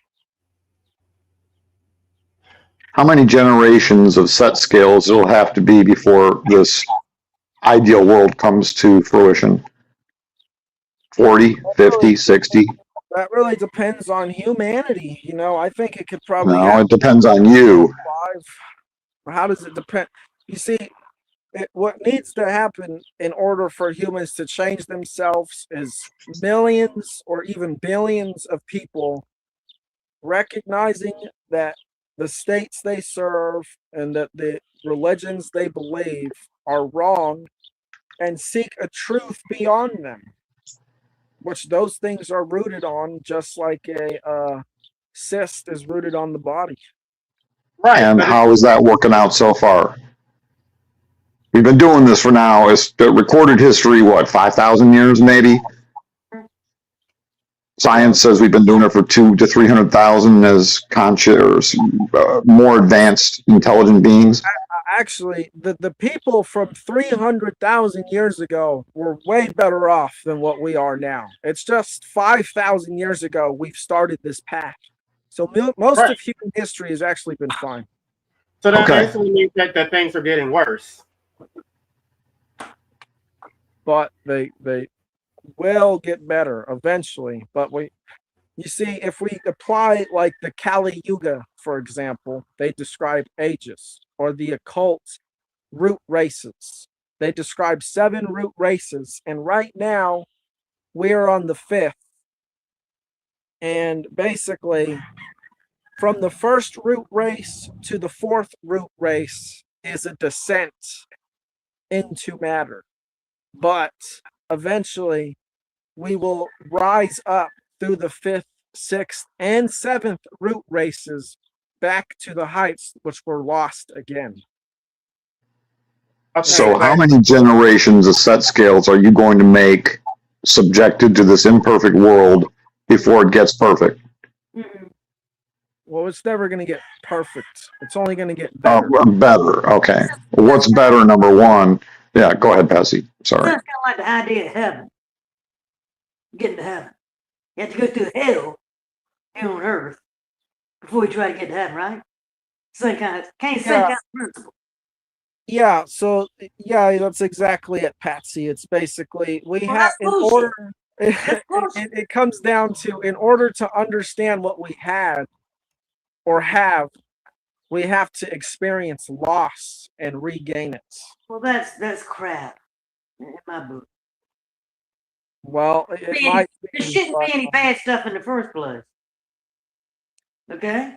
But Seth, how are you going to defeat the Demiurge if you're enslaving the next generation? Like even if you believe that there's some potential, I don't know, 1,000 years down the road, how does that justify enslaving your actual child in order to get there? I think the potential could be, maybe now. Could be now. And Maybe or for sure, because you're talking about sentient creatures you're going to create that have to be here for maybe 80 years. It's a serious thing. Not maybe, could be 3 or 4 generations. We don't know exactly what perfection is, but it'll get better. Now you're putting This is- actions on me. I never I am. said I was going to That's procreate. reality. You had to go through You mentioned in previous streams you were going to procreate. No, I didn't. I said I No. might. I No, never he's said not I might. sure yet. I've never said that I was going to procreate. So, now you're just projecting. Okay, well, I'm sorry then. I don't mean to be aggressive here, but I get real passionate about this subject. Well, might's a bad word too. Might. We don't like might. That's it. That's why I like to talk about it, so that, because once you have children, it's not, you can't undo it. Right.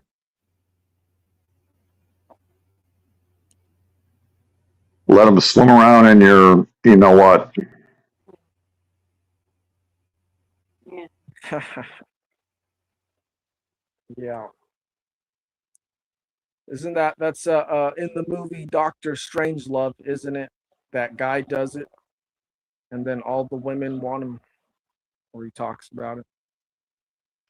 So, Pastor D, have you looked into the Gnostic text? I mean, have you like I know you know that whole pastor thing is kind of like a joke, but It is. But what do you think about the Gnostic text? I haven't done a deep dive into them, but from the superficial readings online, you know, which you basically said they were the Cathars and the Gnostics, and they were destroyed in the Abyssinian Crusade by the Catholic Church, like prior to 1200, and they lived in northern France and southern Italy.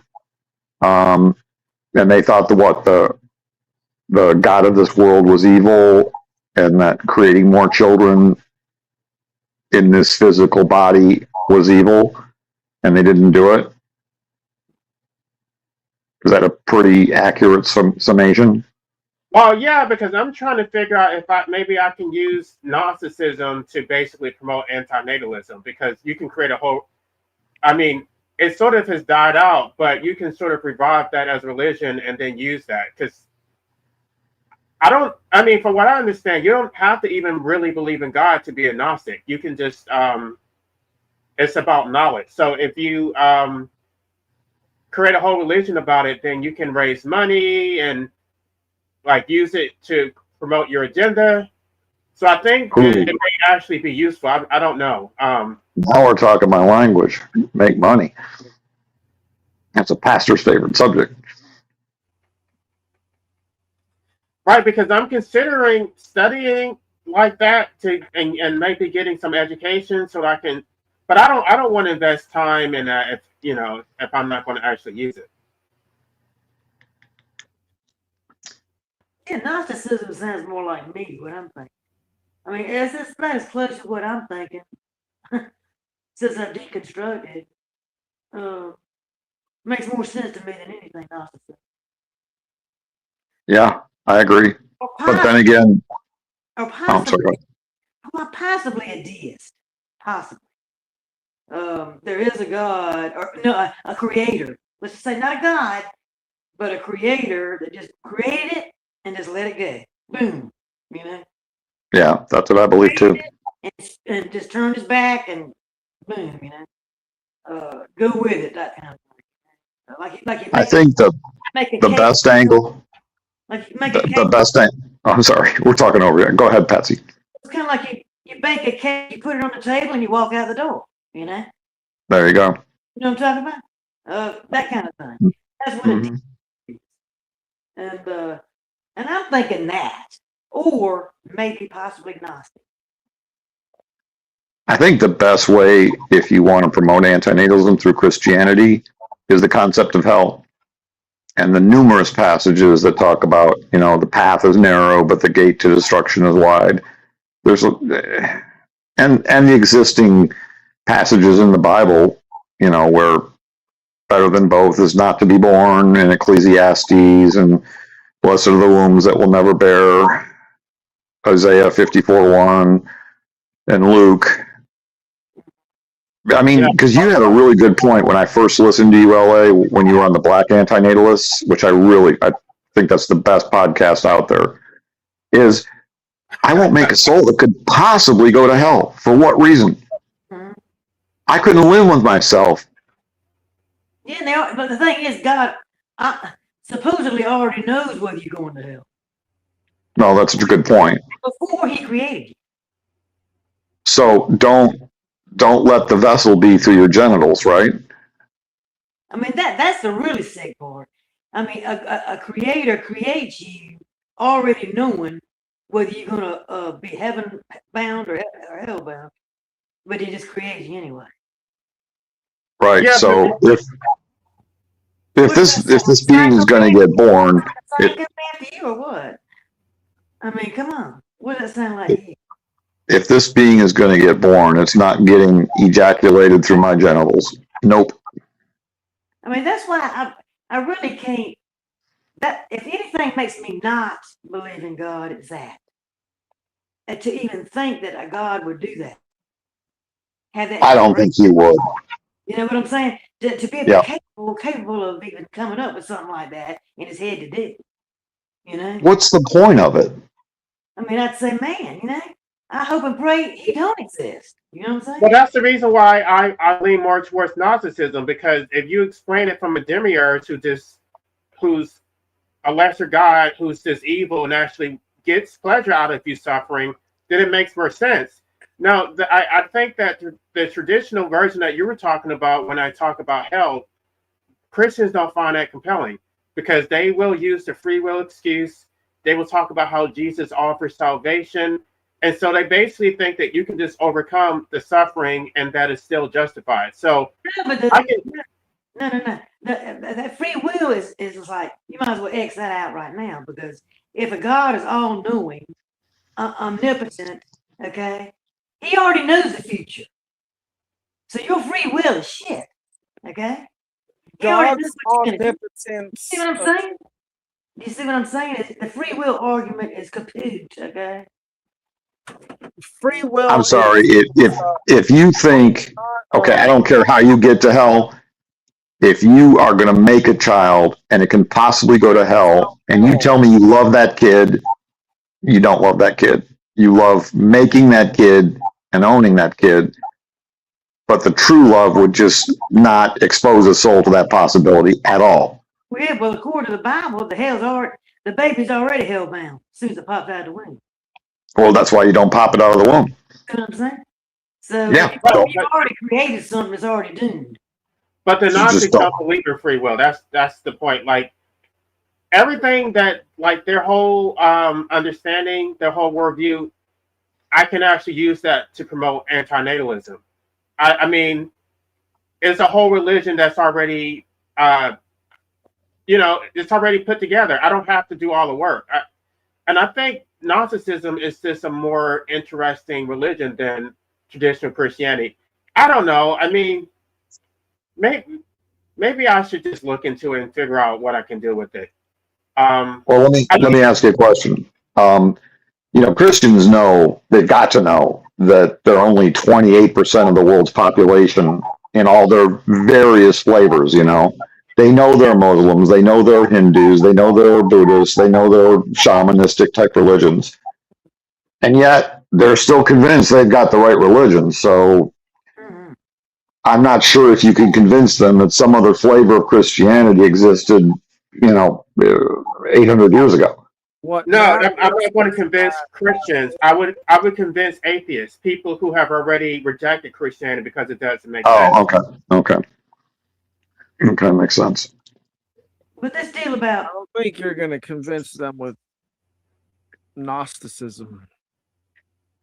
No, because I went from Christian to atheism, and then I basically went back and I had to revisit it, and then Gnosticism made more sense. And I was like, okay, well, I don't believe in their concept of God, but the Gnostic God makes more sense to me. Well, maybe you'll pull in the atheists, but I think you'll go after more Christians with the hell concept. But every time I bring up antinatalism to breeders, they just look at me like I'm crazy, or I'm depressed, or I've got a screw loose. Right, I was just talking about it with this Christian. He just said, that sounds so sad. He said that it sounds like I'm promoting a religion where I'm teaching people to hate their parents. I'm like, I don't think we hate our parents. We just think that they're ignorant. Yeah, exactly. I never hated my dad checked out when I was 12, but my mother, who just died 3 years ago, I never hated her. But when I asked her why she procreated me, the look on her face, oh my God, it told me everything I needed to know. I mean, it was just in a matter of 15 seconds. It communicated everything I needed to know. Did she say anything or just look at you? She just was like shocked, disgusted, disbelief, Yeah. horror, all in one expression. I've never seen anything like that on her face. Like, what a crazy question to ask me. Right. Why the fuck am I here? Yeah, And I'm going to die. right. Well, that you better have a goddamn good reason for doing that. Having kids and the idea of Christianity in the first place are so similar, because in these ways, like when God created supposedly mankind, we didn't ask to In be the garden. In the garden. Yeah, we didn't ask to be here. Right. None of us. That was his choice to create. Yep. Yep. Just like Exactly. parents, it's their choice to have us. Okay? Yep. So similar, it's crazy. Okay?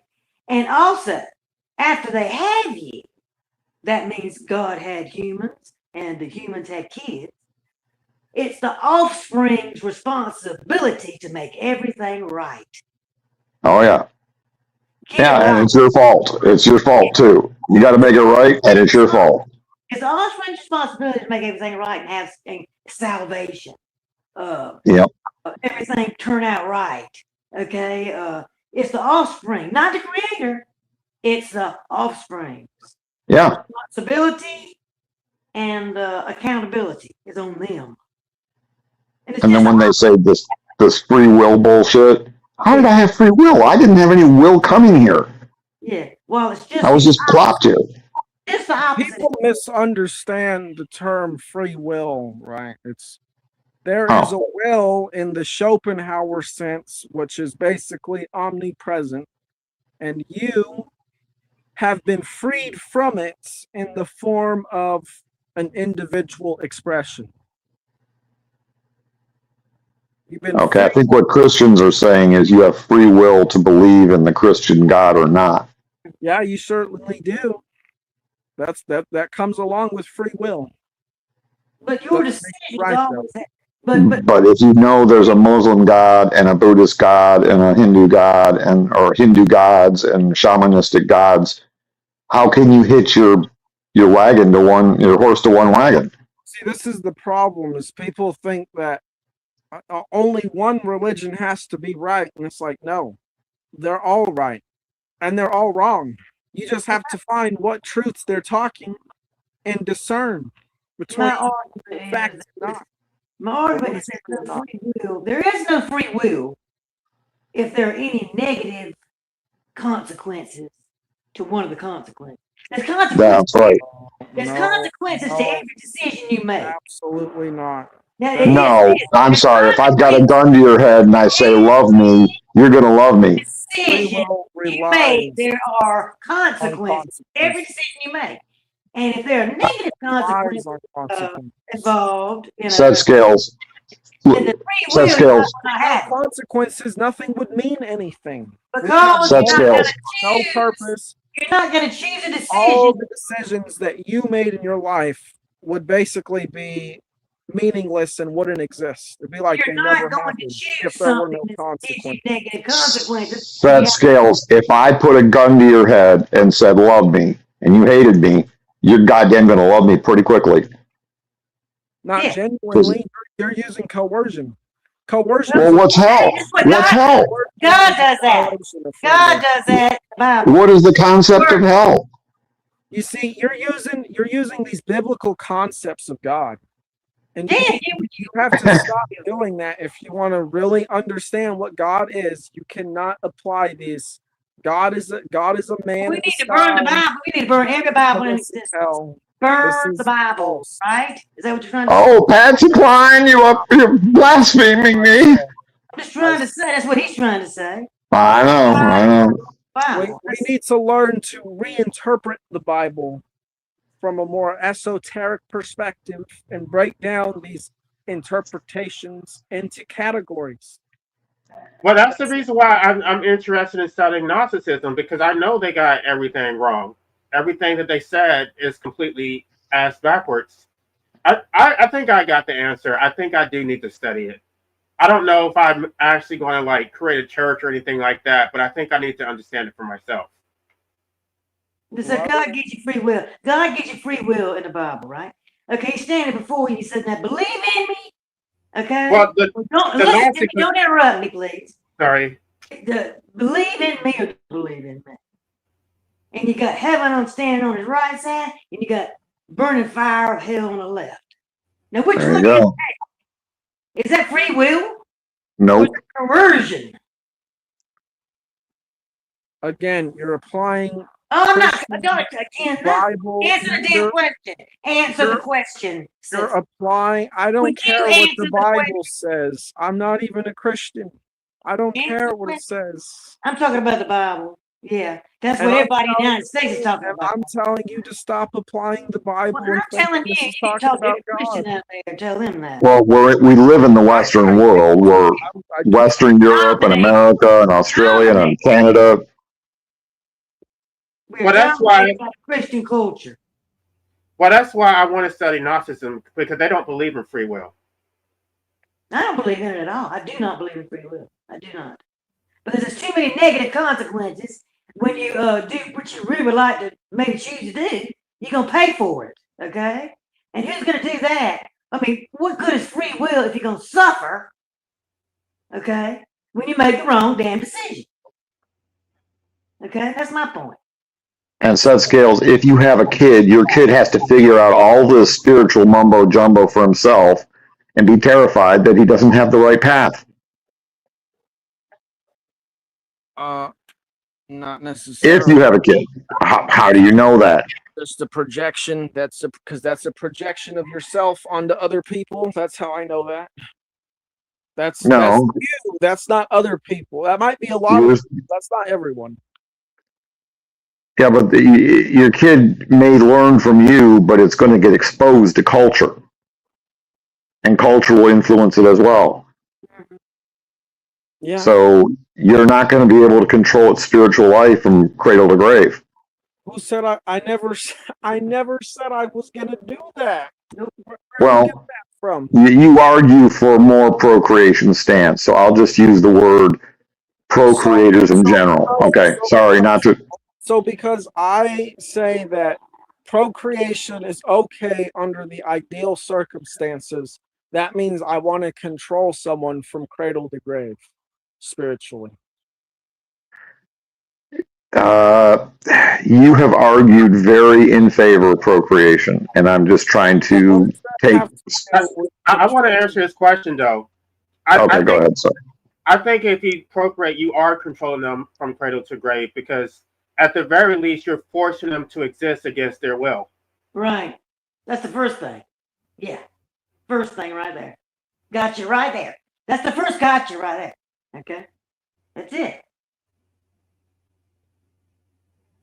No consent. As I've said, our soul exists beyond our body. It is an essence, and it goes and flows from conscious form to different states of consciousness or different degrees of consciousness. As soon as you provide proof of that, I'll believe. Okay, sorry. But even if that's true, you're still forcing them into the material world. You're forcing them to occupy a body. All it is just a soul entering a portal through the womb. Well, yes, that sounds like fantasy to me. I mean, you need to prove that, buddy. You need to prove I mean, we're talking about Gnosticism. I'm talking about other myths and beliefs around the world. The womb is a portal from a divine or holy realm. Things are so. I really can't tell you. I don't know. I don't think so, but there could be. Who knows? What thing's your brain? Okay, but your question was, are you controlling someone from cradle to grave? If you procreate, you are controlling them from cradle to grave, because you are forcing them to exist. You're forcing them to live, and you're forcing them to die. You know how people have near-death experiences? and they say they've had near-death experiences. You know what I think that is? The brain still survives a couple of minutes after you die. It doesn't shut down completely immediately when you die. Your brain still survives for about That's 5 probably true. Yeah. And that's probably what they're getting right there. Michael Near-death- Persinger does work on this, and basically all a near-death experience is someone having a hallucination within their brain Right, that is tuned to a collective frequency. right. The brain is both an antenna and a receiver, and there's a literal magnetic field around the earth generated by our thoughts as humans. I believe that. And that's why I say I think the soul is your brain. When that brain finally does give out, after that 5-minute period or whatever, that's it. No. No, yeah. You know, I've heard it argued both ways. People say there's the camp that says energy can't be destroyed, and since our bodies are full of energy, that goes somewhere. And then I've heard other people say it's like a computer. Once you switch or unplug the computer or switch it off, there's no energy going to the computer, so it doesn't work anymore. So I really don't know. So if it goes somewhere, how you gonna know you're gonna like where it goes? I'm sorry, say that again. So if it does go somewhere, let's say, how do you know you're gonna like where it actually ends up? You don't. So I'd rather not have it. Another reason not to procreate. But the energy already exists before you procreate. That's not. Okay, well then you'll be responsible for that energy getting excreted through your penis and into a vagina. So we chose to be born, But right? even if that's true, you're still forcing them to occupy the body to come into the material world. There was And we know from science that the body you give them will be the result of your genetics and your wife's genetics Yep. cohorted together with all kinds of problems, and I inherit a bunch of them. Yes. Regardless if it's a spirit or not, the body they have to inhabit for 80 years will be a result of your good and bad genetics. Yep. I got them too. What did you say, LA? Before that, I'm just trying to get you to respond. Like, aren't you forcing them to occupy your body if you procreate? so as I was saying, the essence exists before the body. So there's no telling if you'll just manifest in this world somewhere else, or maybe a different realm that could be worse, maybe better. But the point is that you exist eternally, and if you didn't, you wouldn't exist. That's kind of scary. Okay, but you don't know that though. You don't know that that they would be worse off. Say for certain we exist. But what you do know is that when you procreate and that you force them into a body, that they are going to suffer and die, which is the parents' fault. They did that. I mean, so you can say like, oh, I don't know what would have happened if I didn't do, but you still chose to do that. So you still are responsible. Like, I'm just trying to get you to like acknowledge, like, it is still their fault. Just like as I've said before, number one, reproduction is a natural act that all life is capable of. Therefore, it is not inherently immoral. What is immoral is a failure of responsibility on behalf of the parent to raise the child.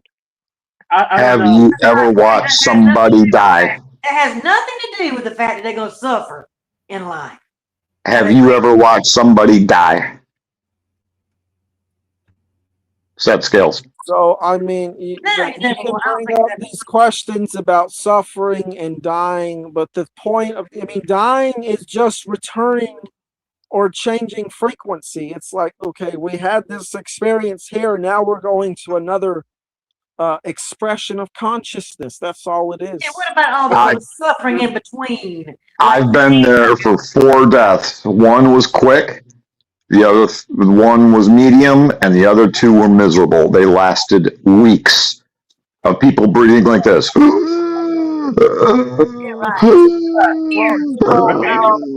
solution could work there, you know. So, I mean, Well, it didn't. I'm not sure what that has to do with anything I've said. Okay, I would like to It's too respond much. to it. Because you're making a vessel that has to experience all this, it doesn't need to. There's too much other pain Okay, and suffering. That's a When, projection. when you say It's not a projection, it's a reality. Too No, much because other. not everyone dies the way you just described. I would like to respond to what you just said, Seth. When you say that procreation is natural, what you're essentially saying is that when men and women have sex, the natural consequence is that a baby is produced. Because I'm homosexual, when I have sex, there is no baby being produced. So because these people are heterosexual, does that entitle them to enslave human beings to exist against their will? I mean, is there a special privilege for being heterosexual that you get absolved from the consequences of your procreational choices? Like nobody forced them to be straight. That's a choice. So if they choose to be straight, they can't say, oh, that's just natural. It's not their fault. It is their fault. Like being heterosexual is not an excuse. Hey, Patsy, why don't you share with us the charms of being a woman during fertility years every month? I'm sure that's a blessing. Oh my God. I know I have 2 nieces and they go through hell. Yeah. I mean, that's torment every month. Okay. I talk about period cramps for 2 or 3 days, and then you flood. Okay. You're weak as water. Okay. It's a damn curse. Okay. Yeah. But I'm saying not just death. Let's go back to the death part. It's not just death. That's the final knockout. Okay. We're talking about the stuff in between too. We're talking about the anxiety, the worry, the pain, the sickness, The wage slavery, the decaying body.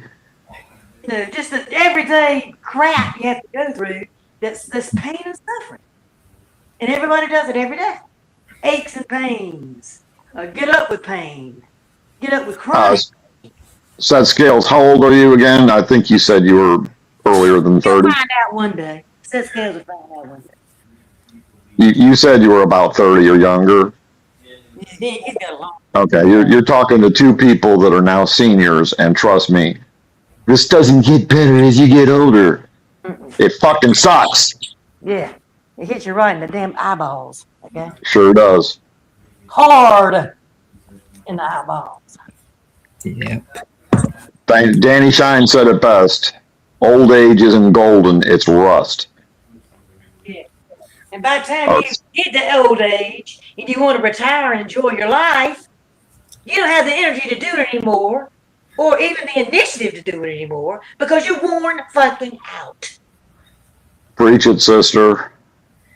I mean, I hate to say, you know, But energy wants energy, and life wants life. Anti-natalism is just a bunch of whining to me. LA is It's reality, baby. It's reality, dude. Complaining. That's just all I. Such an idealist. I didn't have to go through any of this. Because 2 people couldn't fucking keep it in their pants 66 years ago, here I am.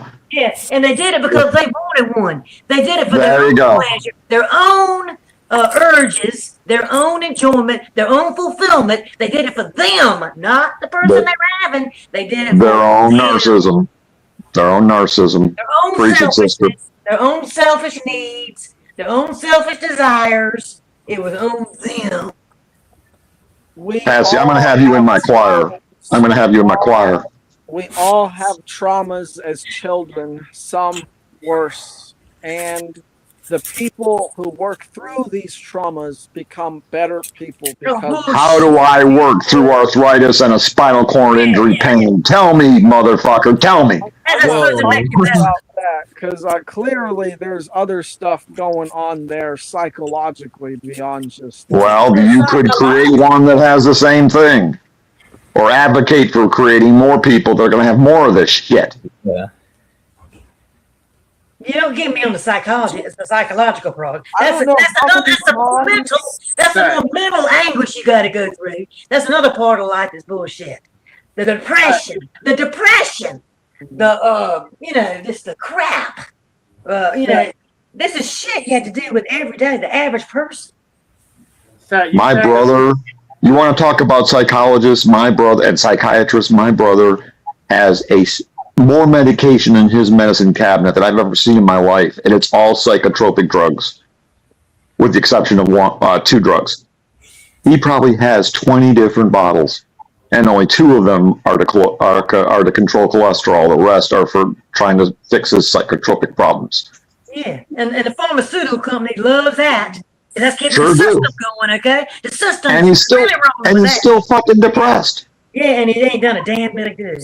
Okay. Human Okay, beings Zach, don't you said- understand how much simpler life would be without the false systems of enslavements. Well, here we are. But you're a slave as soon as you're born. As soon as you're born, you're a slave to the system. Can I ask my question, Seth? You said that people who overcome their problems become better people. What is the purpose of becoming a better person? You're just going to die anyway. Like, who benefits from that?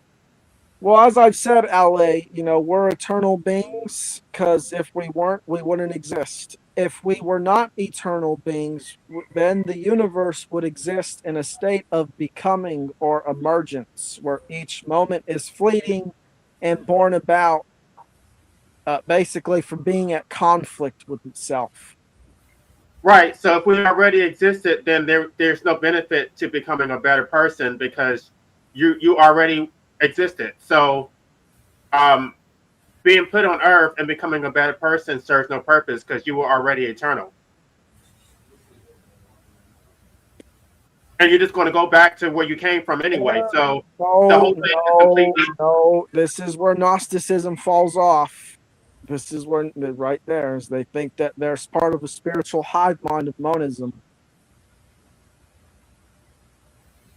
See, Well, okay, then explain. What do you mean by that? What do you believe?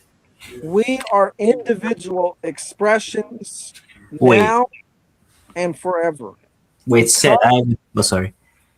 Yeah, What type of theist are you? Are you like what would be closest to your views in terms of how you see like the divine or God? Like, is God like everything? Is God a separate being? Is God the sustainer of reality? What would you be classified as? God is essentially a force of life which flows through all things throughout being, and being is all-encompassing. It is all possibilities that could happen and all things that have happened and all things that are happening and everything that will happen in every degree of existence, from the 3-dimensional to the 2-dimensional to the 4-dimensional and beyond dimensions.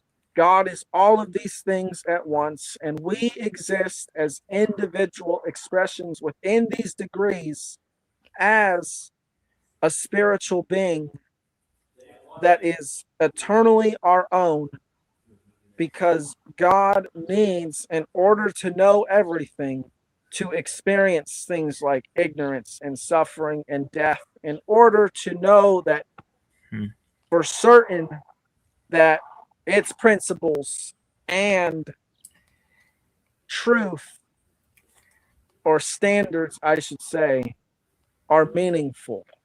But why should we concern ourselves with the fact that God needs to learn through us? How does that benefit us? So this we God is like suffer so that God can learn. non-personal being. Why should we sign up for that? And why the Because suck? there are higher degrees of existence that we could experience that are far better than this place if we hold true to the principles of eternity. Okay, so I just want to ask you, do you believe in free will? As I've said, free will exists as being freed from the will as an individual expression. The will is the force that experiences all things. We are an individual fractal of that. That's why I'm asking the question though, because I'm trying to pinpoint it. If I decided that I don't want to exist, do I have that freedom to do that, to no longer exist in any form? Mm-hmm. I don't actually know. Well, Right. So if I don't have that freedom, then I don't have free will. There you go. There you go. Free will exists within limitations. We're presented with options. Oh, Whoa. limitations. Yes, free will The can goalpost so moved that's so many free. times with That's you, not dude. free, I'm baby. sorry. Free means without limitations. I honey. have a whole video on this. Free I means suggest without you all- I limitations. suggest you all watch my video on free will where I explain why Any limitations, there ain't no free. it's because we're not God. We're not the will. We're an individual expression of the will that is free to live and move about within. Yeah, right. I don't believe that. I'd love to play on your football field, set skills. I really would. I'd like The to. goalposts move in and out, and oh, they get wider and narrower, and then they disappear, and then they go back in the bleachers. Touchdown! Oh, not really. Maybe. Yeah. Sorry, gotta shut up. That is a limitation. Seems like a good idea for a movie, maybe. Well, but I it's kind of not real life. well, like, Not reality. I mean, maybe you shouldn't call it free will then, because that's not what free will is. Yeah, there's no All limitation. free will is making choices. We're presented with choices. We can Oh, pick the choices Right, we right. want. That's But it. That's all but free that- will is. choice. You said choice. Do we have a choice to no longer exist? And I said I don't know the answer to that one. Right. You So should know. if you It exists somewhere, likely. then that means we don't have free will. right. Well, as I said, you are an eternal being.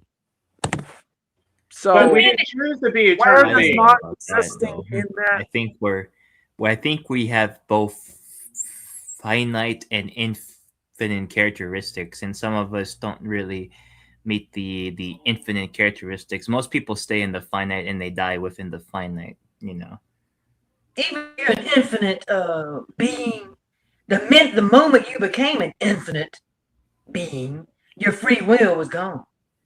Somebody just made you an infinite being. Something made you an infinite being. And there goes your free will. Who said you wanted to be a free will? What? Who said you wanted to be an infinite? Who said that you wanted to be an infinite being? In the The first only thing that is supposed to be infinite is God, and if we're infinite, then that means that we are God. Which you can't say that we're infinite and then we're not God. How can you? I mean, those are inconsistent positions. I never said we were. I never once used the word infinite. The word infinite implies infinite. That means you're a finite being. Just like immortals. I'm mortal. It means you're stuck here and being immortal forever. It's a limit. It's actually a beyond a limitation. Right, So but it's you don't not believe just a that. limitation on your form. It's a limitation on your essence, and only But you free don't- but will you- here limits your form. But you don't believe that our parents actually created us. You believe that we already existed, yeah. Yes. which means, Infinite being. all right, I'll leave it alone. It doesn't Well, make let's put it this way, okay? There's basically two possibilities here. Number one is everything exists eternally, or number two, God is out here creating things ex nihilo. That means God is saying, poof, world exists. Poof, humanity exists. This is nonsense to justify the Aristotelian telos. Before that, it was more consistent in the framework of becoming or being, and I say that it is being, and being is simply everything is eternal, and because everything is eternal, you are eternal. You are a part of eternity. You just Right, that's what exist I in a mean, small- though. That's the free Because will. when I said that you were saying that we're infinite, you're like, I didn't use. Okay, eternal is the same as infinite. No, it's not, because like I said, infinite has to do with numbers, and it has to be. You're basically stuck in a system that repeats itself forever. It's a loop. Eternal means you have a moment, or you exist within a moment that exists perpetually and continuously forever with no end or beginning. That sounds exactly the same to me. I didn't hear a distinction. Besides the numerical part of it, you're still saying that we didn't have a birth, we didn't have a death, that we just always existed. Yes. Right. So we are infinite. We don't have that basically means that we're the same as God. So if we are God, just to a smaller degree, then how can? But we still have limitations on us. Yes, the limitations is why the limitations is we're God, but to a smaller degree. This is what the limitations are. God is experiencing all things at once. That's what no limitations look like. And that's not what we are. We go through life, we experience small parts of the world at bits of a time because we can only handle information second by second, essentially. And if we experienced our whole life at once, like God does, and if we experienced the whole world at once, we would be overwhelmed. Because it's not for us limited free will beings. Okay, well, God has free will. I mean, and God can do, I mean, according to these stories, God can do whatever it wants, but we can't. So we're clearly not God. We didn't create ourselves. We can't destroy ourselves. We're forced to exist whether we want to or not. Right. So I would say we're not gods. We're actually slaves. The infinite being did not ask to be an infinite being in the first place. We would be slaves if we returned to God like the Gnostics think. If in the end we returned to the monad and became one monad or one consciousness, then we would be slaves. But that's not the case, as we remain individuals forever. Although, since you talk about not existing, that's probably what I would think the option of not existing would be. You just return to this, the ultimate consciousness, which is God.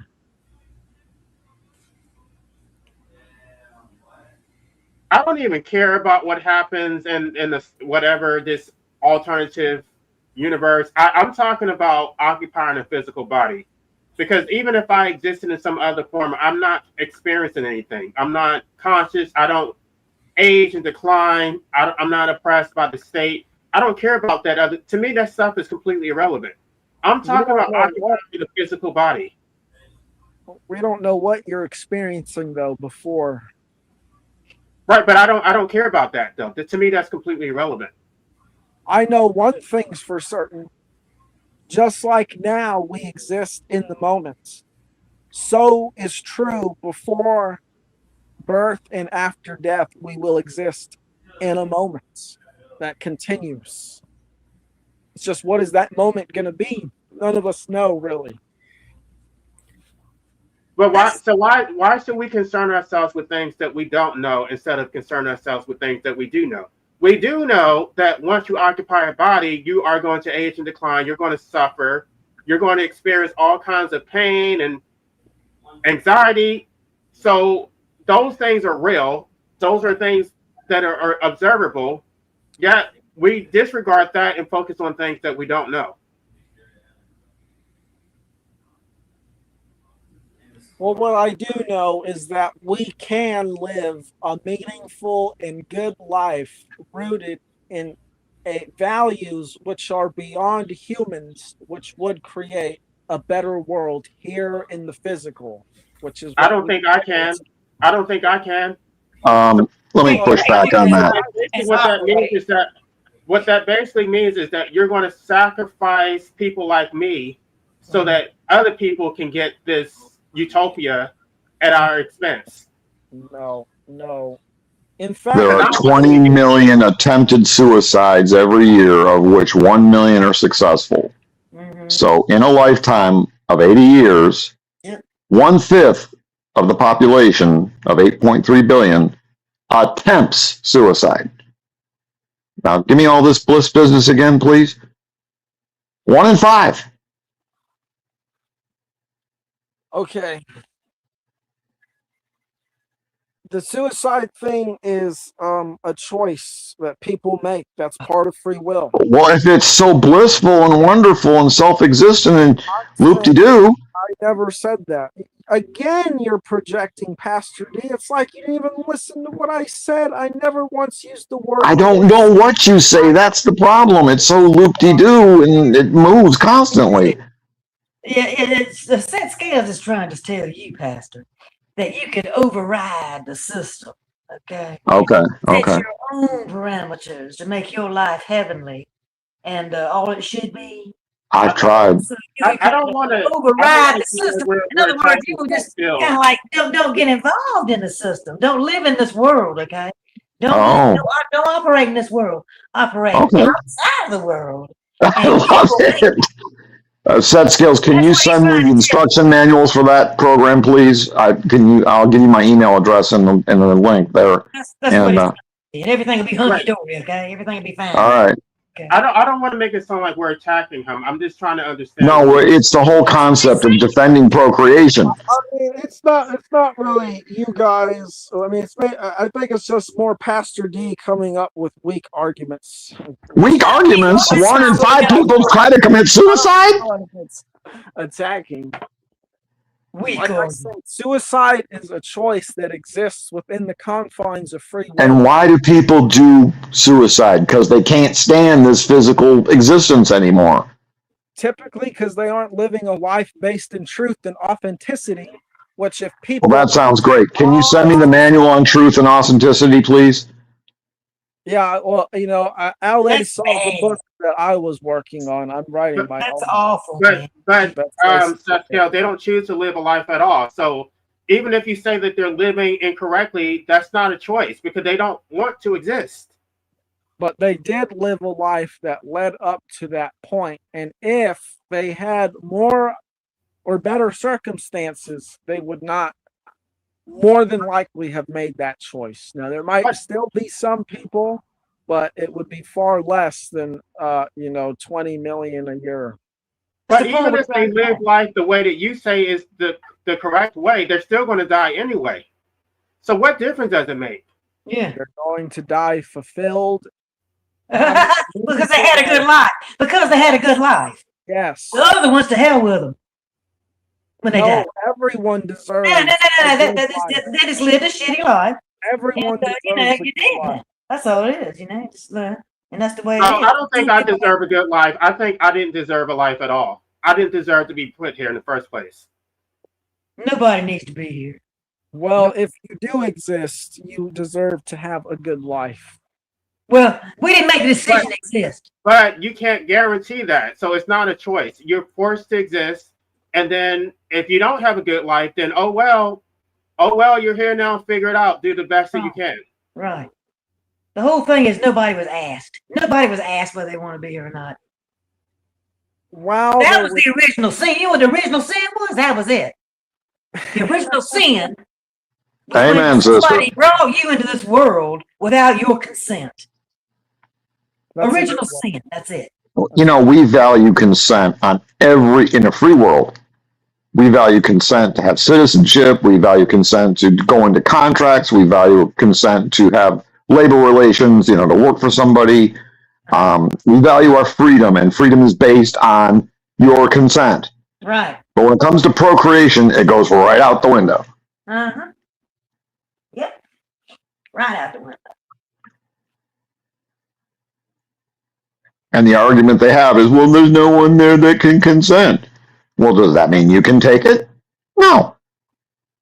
If you're warm in bed at night on a cold winter's night and you're sleeping soundly in a dreamless sleep, and I break into your house and break into your bedroom and rip you out of bed and take you outside naked and it's cold, and I throw you in this house and say, you're going to stay here for the next 80 years at this party, whether you like it or not. And you lock the door and there's no way out. That's cruel. That's fucking cruel. Was Well, I abduction. mean, Abduction. you were That's what just bringing up ways out, though. You were just talking about suicide, but that's a way out. It's not really. It's not, because it's like there's a false dichotomy to say that if you don't want to live, then you want to die. If you don't, I don't want either. I don't want to live, and I also don't want to die. What I want is to not exist at all. I did not want to be brought here, and I guess death could be the option that we all have to die at some point anyway. But I don't really want to die, but I also don't want to live. So it's not really a solution. Well, that's the thing. The death is not an option. The birth was the option.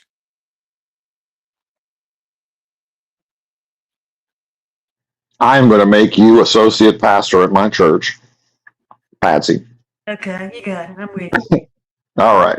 You know it. We meet at Greenville on Sundays at 9. Okay, you had to go. I'll text you the address. A little bit of a drive, but the pay is worth it. Set up a second church in Charleston. Oh, we can come down there. I go to Low Country now and then. You just host Because we speak the truth. Absolutely. Truth with a capital T. R-U-T-H. And says Skills, I don't have anything against you personally. I don't quite get what you're saying. But when you start defending this infinite loop of life that wants to be life, I go against those ideas, okay? You seem like a nice guy. I don't mean to attack you personally, but I'm just trying to throw some reality in your face. I appreciate the fantasy element of it too, you know. Yeah, right. Everybody likes a little fantasy. That's fine. It does lessen the blow, you know. But Absolutely. I've been a hardcore all my life, man. I look at truth straight in the face. Okay? It's the only way to do it. Everybody in my family refused to look at the truth. I'm the only one that broke away. Just the way this planet is designed. I've got to kill something else's energy to survive. That should tell you all you need to know. I'll tell you another thing. I haven't had a bad life at all. I'm not sitting here like I've been, you know, in this bad kind of life. You know, I've had a good life, fairly good life, you know. But I also see what the shit it is. You know, it's just too much tedious. It's tedious. Manufactured system that is circulating on perpetual pain, consumerism, and then excreting right afterwards. Yep. It's just a perpetual machine of shit. Okay. And it's Emendum says it best. A toilet is what it is. A toilet. Emendum says it best. He says crap. Consumption, reproduction, addiction, parasitivism. Yes, crap. I just think it's a logical fallacy to simply say that procreation is natural as if that justifies it. Because if you believe in free will, then you have a choice to not procreate. So the fact that it's natural is irrelevant because it still is a choice. Yes, but it's not an immoral choice. It is an immoral choice. No, because it does not involve the theft of property. It is not an act which harms another being. It does harm another being. It absolutely does. A being is property. And it is theft. It is theft. It's basically kidnapping someone from the void, forcing them to be a part of your family, forcing them to exist against their will. It's like you're kidnapping someone who did not ask to be here. You're taking them out of an abyss of a beautiful existence or whatever it could be. A deep sleep. This shit. You know? You abducted the being. You actually abducted it. Okay? And the law views children as the property of the parents or the custody of the parents until they're 18. So if you fuck up, the parents can be liable for your crimes as a kid. You are totally responsible for that individual. I don't know what else is more of a custody situation than bringing a kid here. All right, so you're saying it doesn't harm anyone. I'm saying it does. I'm saying that I was harmed by my parents bringing me to existence. So if I own my life and if I am the authority on my own existence, shouldn't my say outweigh what somebody else says? I say that I was harmed. So who should have the final say on that?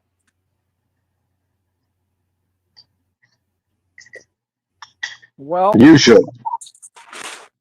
if you want to declare yourself harmed by being procreated, you're more than free to do so. However, I don't think that in the eyes of God, it would be viewed as harmful. Of course, the eyes of God. Let's How do you speak for God? let's not talk about what he did, okay? Well, as I said, Well, and God Yes, God is no, the I- will no, experience. Scales, to subject me to God is another harm. I don't want to be subjected to God. God, I mean, and I'm not sure which God you're referring to, but yeah. it almost sounds like you're talking about that Demiurge. That Demiurge doesn't give a shit about us. Mm. No, I'm not talking about the Demiurge. The Demiurge is the thing that imposes the false systems of illusion, but But the Demiurge is what traps you in the material world. reproduction is of nature, which is beyond the Demiurge.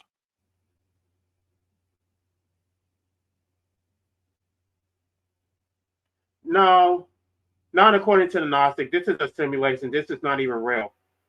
Well, like I said, if you want to know more of the Demiurge, you should look into Plato's interpretation of the Demiurge, which predates the Gnostics, where Plato describes the Demiurge as a necessary artificer who basically crafts things in the material world so that the larger force of nature or God can express itself through these forms in a symbiotic fashion. Okay, so if it's so natural, how come I don't have any children? I mean, because if it's just natural, then it should just naturally occur without my participation. Well, we have the capacity to do it, but as you said, it is a free will choice to have children. So it's the free will that actually controls, not the nature part of it. The choice is what matters, not nature. You have the power to do it. You don't have legitimate authority to do it. My parents did not have legitimate authority to force me to exist. Free will is a part of nature. It is our natural right or privilege for existing in this realm. We get to choose how to live our lives based off of the opportunities that are presented to us from the external world. Right. We get to force people to exist whether they want to or not. Generally, most people who exist, if they are raised in the ideal circumstances, love it. You might get like the odd psychopath or sociopath, but if people are raised in a natural environment like what existed before the state, we wouldn't have Except for all those these. 1 in 5. But what about the people who don't love it? Do they not matter? Well, they do matter, but if they choose to impose themselves over other people in a way that is harmful so that they can have a better life, then it absolutely does matter and they should not get away with it. No, that's not what LA's No, asking. but that's what all parents do. So they can have a better life, so they can make themselves happy. They decide to have children and force their children to suffer so that they can be happy at their children's expense. Mm-hmm. Yes, there's a lot of parents who do that, and that's not okay. No, all parents do that. No, All parents do. all parents. There All have been parents do. there A are- majority do. You A tell me- majority do. You tell me one circumstance where a person procreates and has a kid, decides to have a kid, that it wasn't their damn selfish choice. Tell me, just pick one. I guarantee I'll shoot it down. Go ahead. people who genuinely want to give someone an experience at meaningful life and raise their child to be an individual rather than on superstition and biases. Right, but you can't. You That's can't. because they You can't wait a minute now. I'm supposed to shoot it down, right? Okay, here's the shoot down. That's based on their want to create a person that does this. Their want, their desire to bring into existence a person that could do that. Can I shoot down number 2 when you're done? you Selfish. can't give a gift to somebody who doesn't exist. Their desire, not the kid's desire. What the kid's gonna do later. That's what I'm saying. I just shot it down. Okay. You can't give You did not a gift give to me somebody. You did not give me a legitimate reason why someone would bring somebody into existence that wasn't selfish. You can't give a gift to somebody who doesn't exist. You're creating someone so that you can claim that you gave them a gift, but the gift was really to yourself. You wanted the experience of having a child, and that made you happy, and your happiness came at that child's expense. Exactly. And how do you know you've got the tools to give them all this wonderful insight and beauty and auras and continuums that you talk about? How do you know you have those tools? I'm sure you think you do, but how do you know you have those tools? Mhm. Have you gone to parent school? What did LA say again? And then I'll respond to how we know. It's about the gift. Gifting. Yeah.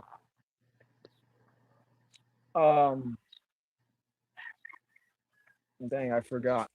Maybe I'll remember in a minute. But how do we know when we've equipped the child with the right tools? Well, we have to remove our biases and our wants and our expectations that we as parents want the child to live by, because we have to recognize the child is their own individual, and childhood is the time to develop who they are, who they're going to be as an adult. And if your whole purpose as a parent is to shape the child into who you want them to be as an adult, then they're going to live an inauthentic life and likely struggle in ways that they shouldn't. But What's an authentic life? What's an authentic life? Let's say the parent is taking the child and they're exposing them to different things like sports or music or art or dancing, rather than forcing the child to go down a particular path. Maybe the child should be exposed to these different things and choose for themselves. That's one example. How about the things that they have to be introduced to, like school, which is in a form of indoctrination? And what about the things that they have to do to conform to society, live in this world, operate in this world? Those things are not choices. They have to do it. And I'll give you an extreme example. I had a family acquaintance when I was a kid, and his male kid was playing with his father's gun. It went off accidentally, went through the wall and into the girl's neck when she was 8 years old, and she's died. She's dead now, but she was a quadriplegic the rest of her life. How does that factor in? Real story. I'm sorry, I was reading the chat. Could you repeat that? Okay. When I was growing up, there was an acquaintance of the family. I'm not going to say they were close friends, but people we knew. And one day, the male child was playing with the father's guns, and they were loaded. And the gun went off, and it went through either the door or the drywall and lodged in the girl's neck. She was in the hallway standing, and it severed her spinal cord from the neck down, and she was a quadriplegic for the rest of her life. She died like 10 years ago. Heather Van Artem. An act of negligence on part of the gun owner, who around children should know better to have the guns locked or in a rack or something like that. And the car crash, and the sports injury, and the hunting injury, and the drownings, and all the shit that happens to kids. The drugs, the alcohol, the smoking. Well, a lot of stuff could be presented, just like I said, with more mindfulness and more care over our property.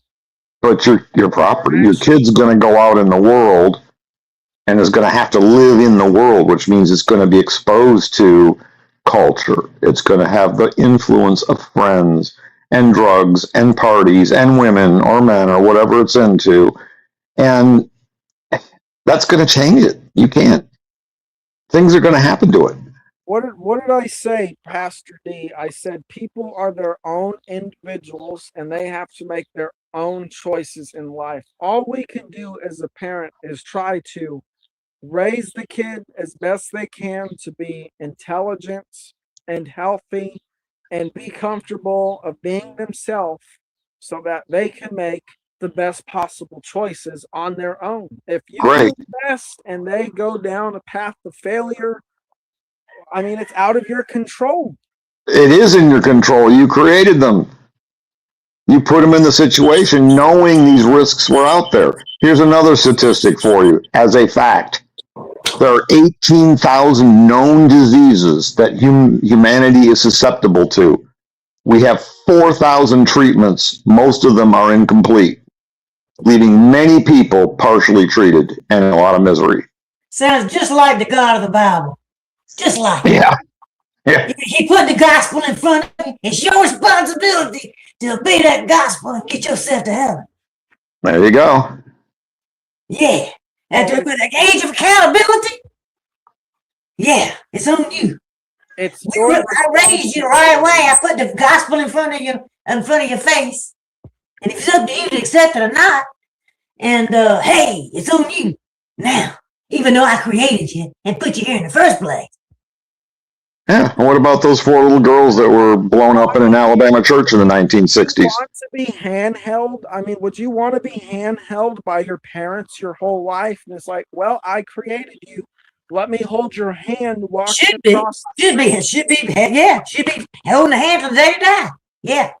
Well, I mean, you know, that's if you want it that way, you know. No, it should be that way. I don't want nothing. I didn't want to be in the first place. But didn't want to be in the first place. Nuts. Set scale, you're not addressing the random shit that can happen to you, even if you're the best person in the world. He's not facing the principle at all. You just move the goalposts. That's the problem I have with this conversation. I really haven't moved the goalpost. I've been consistent throughout the whole thing. Okay, so what do you say to the girl that got paralyzed, no fault of her own? Shoulda, woulda, coulda, doesn't gonna cut it, because I can give you a million other examples of people that get paralyzed in sports or have concussions or get drowned or are seriously injured for the rest of their lives or get sick. Mm-hmm. They get a disease, sometimes genetic, sometimes. If you really want me to address the macro cause of all these problems, because it sounds a lot like to me like the atheists asking, why do all the babies die? Look at all the dying babies. And to me, it's really not a surprise why there's so much suffering, needless suffering like this on this planet. It's because humanity is immoral and we choose to destroy life to sustain ourselves. So therefore, okay, so don't make more life. Don't. Right. No, we need to respect life is the problem. That's Great. not- When that happens, then you can make more life. How's that sound? Or defend making more life. That's literally what I've been saying the whole time. And you're saying I'm moving the goalpost. The whole time I've been saying people should only procreate if number one, they're ready, and number two, they're ready to foster a environment for the child so that they could be themselves. Okay, and what we're saying is that you recognize the world is fucked up, you agree, and that we're not at this perfect spiritual awareness, and humanity has done it to itself. It So, sounded like you just said procreation was okay under those circumstances. no, I've never said procreation is okay under any circumstance. Almost what it sounded like. Well, no, you don't know me very well. That the You parents see that may big be- snake? You see that big snake eating itself with the A in there in my avatar? That is the symbol for antinatalism. that the parents may be ready, or they may think they're ready, but the person who's brought into existence may not be ready. I was not ready to be brought into existence. So whatever they thought they were ready for, I'm the one who has to suffer the consequences. So how do you justify that? Yeah, the whole thing is they took it upon themselves. Parents take it upon themselves to spread their legs and procreate. And that's the whole blatant truth. Don't deny it. It's the damn You truth. can't deny it. The It's CDC, as simple as it gets, okay? There's no use to say anything else. That's the the line. CDC, That's it. Center for Disease Control, has done a study on this. 40% of Americans have pregnancies that are unwanted, unintended, or unplanned. I don't know why they use those three words, but those are exactly the words they use. 40%. Unplanned, unwanted, unintended. Sit scales, you know why my parents had me? Yes, I've heard you say the reason. What'd they say? You said What? because something was missing, or that's what they told you. Yeah, something was missing. It was a boy. They wanted a boy. And that was the last chance to get a boy. They had four. The first one was a boy, he died. As an infant. Well, they wanted a boy again. They tried the second time, girl. Tried the third time, a girl. Tried with me. Girl again. Okay? And guess what? They quit. They wanted it for them. They wanted that for them, the boy. And that's the way people operate. It's always for them. It's not Well, for you just admitted it. You said that they create life so that they can live. So it's for their survival. They want to live through their progeny. They don't give a shit about what happens to their children. Yep. They have a legacy that they secure at your expense. Right. They want to get that bloodline going. They want to keep their own bloodline. They're significant, their own bloodline. They're special blood, you know. They got to keep that going, okay? That's got to keep on going. That's got to keep on living. Who gives a fuck? Why? By the way, said Skills, why can't you advocate for adopting? And once we absorb the 400,000 kids that are in foster care with all this parental wisdom, then we can start procreating. I never said anything about adoption or being against it. Okay, I'm not saying you're for or against it. I'm saying, well, why don't we absorb the 400,000 kids that are currently in foster care in the States? That number is closer to 22 million worldwide. And then we can worry about procreating more people. And we can give them this ideal world that you want to give them. Then no crime is committed. Well, I think the only way that would happen is if people respected each other more, which is a part of making the world the way that they're describing it. Okay. Well, when you do that, get back to me. No, they don't want to adopt. They don't want to adopt. They're too busy thinking about themselves. And it being little me's, little mini me's. I think I that want a duplicate of me, okay? It has to come out of my body. You're not That's wrong. how egotistical can you get, is what I want to know. I think that if people respected other people, they would not procreate in the first place.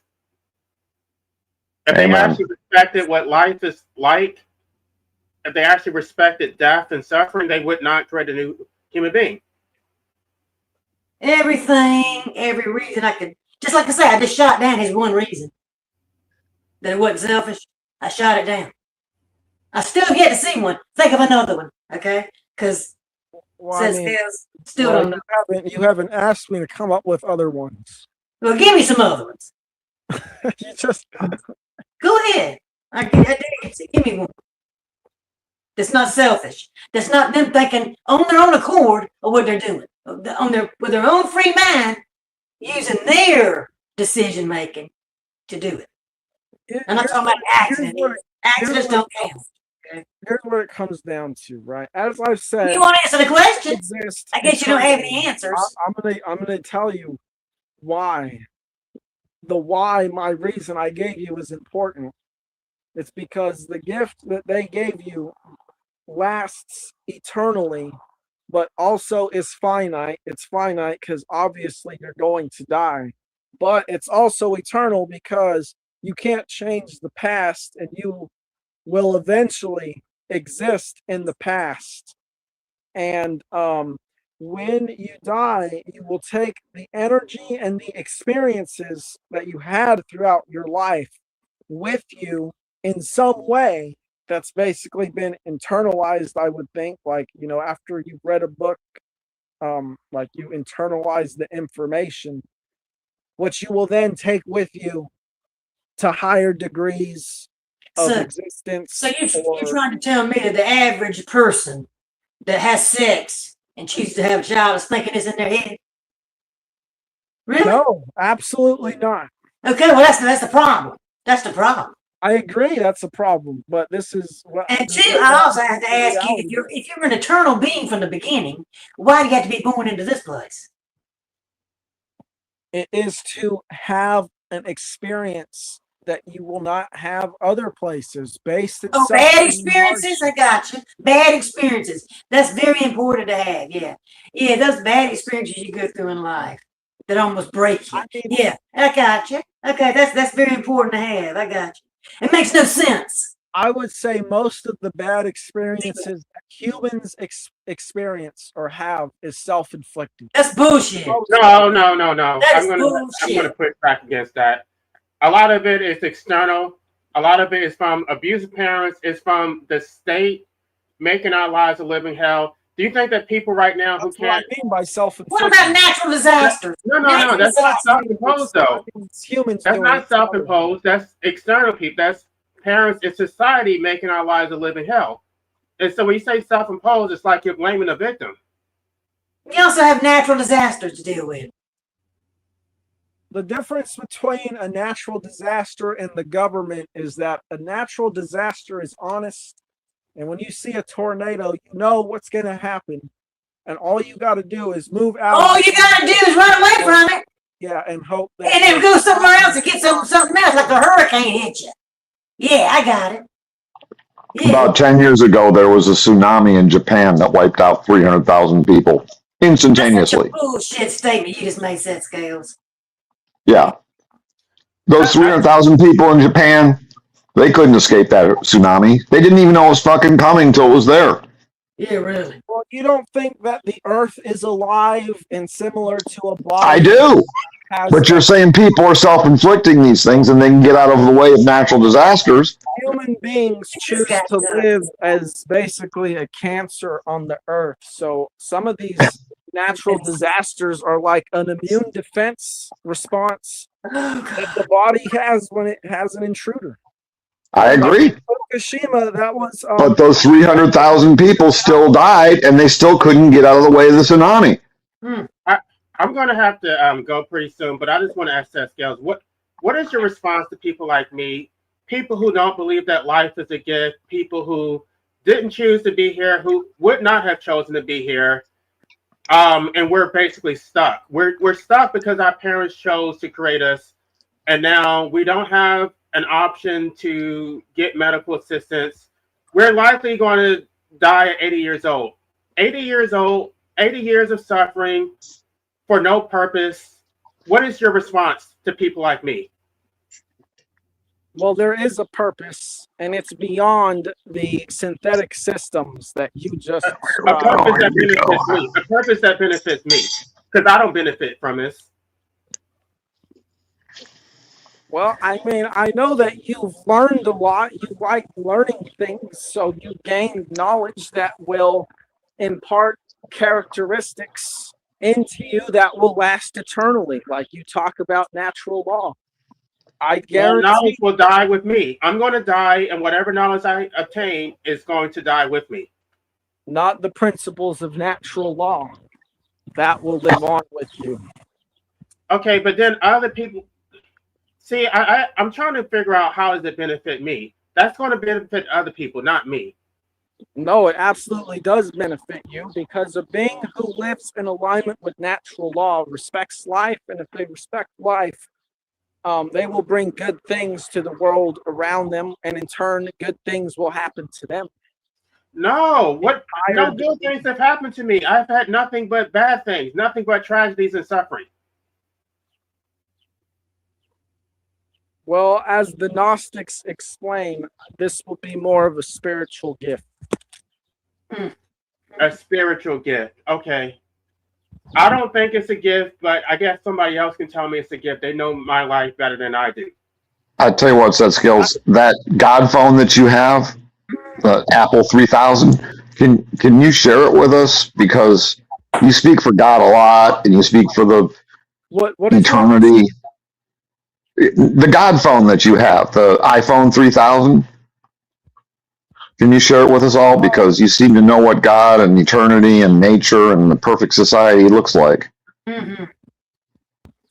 Well, I would say just the simplest way to get there is you have to look at yourself and say, okay, what do I not want done to me? How do I want to live my life? You're going to come to the realization you want to be in control of your life and you want to be responsible for your actions. And therefore, everyone else has the legitimate claim to those things as well. And meanwhile, somebody sneaks up behind you. Meanwhile, somebody sneaks up behind you and rapes you. But and pulls a gun on you and says, "Give me your money or I'll kill you." Meanwhile, Or shoots a all gun that through the shit's wall and paralyzes you. Yeah.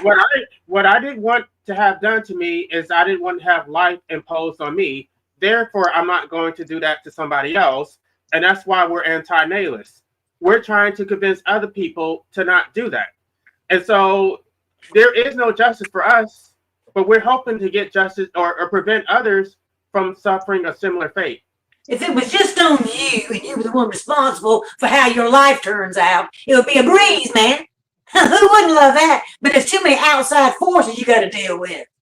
There you go. Yes, that's Get real. It's the outside world. Get your head out of the clouds and come down to earth. Okay. That is because that our choices matter. Okay. That your choice. Oh, it's your choice. It was your choice to step out the door before somebody pulls a gun on you. The only choice that matters is whether you procreate. After that, then it's basically a free for all. Now the baby is here. Now you're going to have to suffer and die. You can try to make minor decisions, but those things are inconsequential. You're going to suffer and die no matter what you do. And how do you have the crystal ball to know all this shit's going to work out if you procreate? Hypothetically. You don't. I said I don't. I said that. Didn't I say that? Right. You did, but you seem to have this. If you do this and this and this, then they're going to have a wonderful life. You don't know that. Increase the chances significantly. Absolutely. Why take the chance? Because you can make the chance like really small. Okay, well, to do that for yourself and make yourself more wonderful and more beautiful and more holistic and more godly. Leave innocent victims out of it, please. I got news for you, Set Scale. There's a lot more negative in this life than there is positive. A lot more negative. Implicit in your statement is the statement that if most people enjoy life, then it justifies the minority of people who experience a life of suffering and this perpetual torment. So people like me don't matter. We're just collateral damage so that you guys can get to procreate and enjoy life. The elect. They're the And the elect. 1 in 5 that tried to commit suicide to get out of it. 1 in 5. They're the elect, y'all. The elect. And the 18,000 known diseases, of which 4,000 only have a partial cure. What do you mean? And the accidents. 1 in 5, not 1 in 5 people on the earth. 1 in 5 over an 80-year period of time will attempt suicide. If it's so blissful and so wonderful for so many people, the ones that aren't as lucky to have all this parental guidance and wisdom and holistic outlook on life. And even if they did have the parental guidance and system and all that shit, even later on in their life changed, man. They sure Circumstances changed beyond what their parents taught them and all. Hey, a lot of other stuff came into picture. Yeah. It was beyond their control. Beyond their control. Disease, arthritis, Alzheimer's, dementia, paralysis, depression, coronary disease, strokes, cancer. Name all these someone can very easily just name a list of good things and just like. Okay, name the good list of good things. Yeah, let's name it. Put it on one side and down the other. Let's say it's good on one side and bad on the other. How's about love, truth, Okay, what's that? bliss, pleasure, excitement? Those two sound the same. Love, bliss, and Those bliss. things are irrelevant because Bliss and pleasure are the same thing. These things are real. They're just No, not because happening. Okay, let me ask you a question, Seth Scales. they are Let me ask you a irrelevant. question. They came at Let me ask you a somebody else's question. expense. They came at somebody Would you- else's expense. Somebody would else you has to be born in order for those people to experience those joys. Would you exchange a year of the best possible happiness and love and bliss for 30 minutes of the most possible excruciating pain? Think about that real hard before you answer. The most possible excruciating pain. Probably something like your foot being put on a barbecue. Or somebody taking cutting your head off or something. You know? I don't Right, right. I don't think most people have to think too hard about that one, Pastor D. Okay, but they're both realities. Mhm. So you're saying by me procreating, I'm going to put somebody else on this little roller coaster where the chance of you having all these things we just mentioned, which are outside of parents' control, and sometimes within, in exchange for maybe having bliss and maybe having happiness and maybe having love, which are very hard to define. They sound good, but they're very hard to define. And love can hurt too, incidentally. Sure can. So can happiness, because it can be taken away. And bliss is usually a temporary state. The pain will not be taken away. The pain will not be taken away. Nope. You'll live with it. You burn your body. There's another thing. Burns. Burns, you live with that pain the rest of your life. Yep. Today's the question. Thank you, Pastor D. There's the question. What a very fundamental occult and hermetic axiom is what you pay attention to is what you're going to manifest in your life. If you want to focus on the suffering in the world, that's exactly what you're going to get. And that's what I hear here. Bullshit. The girl that got the bullet in her neck had nothing to do at 8 years old of any of this bullshit. So you're going to ignore feeling pain? You're going to ignore feeling pain, Seth Scales? You're going to ignore that? Why are you going to ignore it? Seth, that doesn't make sense because we didn't choose to exist in the first place. So whether we focus on the good or positive, we didn't choose to focus on anything. Well, LA, I don't think we're ever going to get around this, that we didn't choose to exist, because as I said, we're eternal, and you don't think that. No, So okay, but okay, even if I were to stipulate that, even if we were eternal, even if we existed in some other realm, we did not choose to come into the material world. Right. That was the imposition made by our exactly what I parents. said about 30 minutes ago. I said that, yeah. Uh-huh. So whether you focus on the good or not, you would not have anything to focus on in the first place if you were not brought into the material world. Mm-hmm. We don't know that. Right. How so- do you know that? I said we don't know that. But how do you know? Well, we do know and don't know. You seem to have this God phone that none of us other people have. Well, I mean, I could see why you're so focused on the suffering. Maybe I'm that trying would to focus on reality. Every time I bring up reality, you've got some esoteric answer that I can't quantify because it's impossible. Well, maybe that's the problem. You're trying to quantify and categorize everything, which is exactly a big part of the reason the world's so messed up. I didn't do anything to anybody that I know of. I'm sure I have, but I mean, not intentionally. People who've tried to categorize and make sense of the world through quantity have led it into infinitesimally higher states of suffering. I just No, look around me. I look no. around me. No, all suffering is caused by those who procreate. If we didn't exist, there would be no suffering.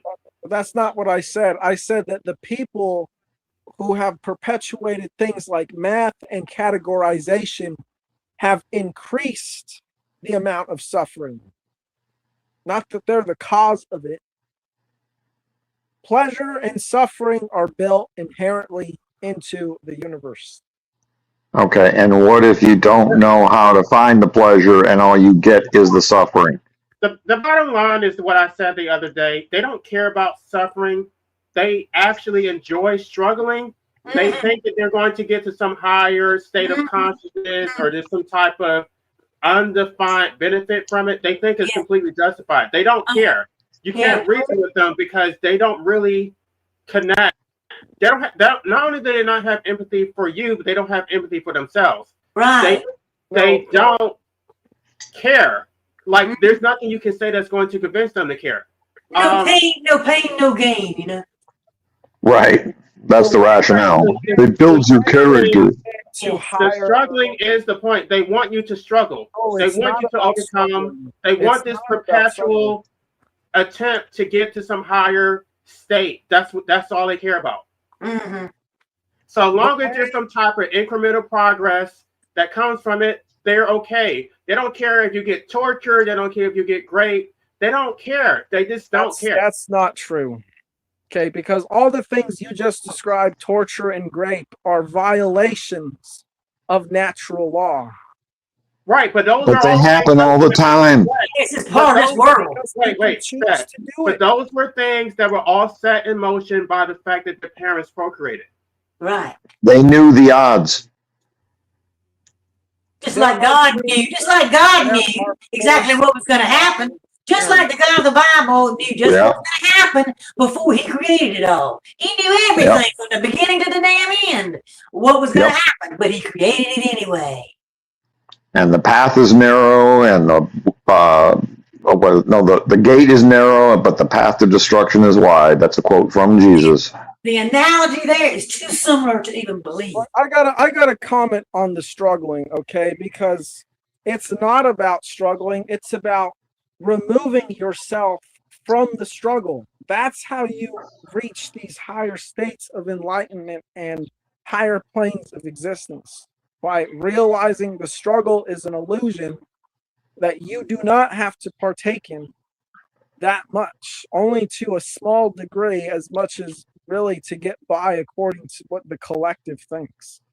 Okay, so I don't have to go to work. I don't have to wage slave to earn a living, to have a roof over my head, and food in my stomach, and entertainment.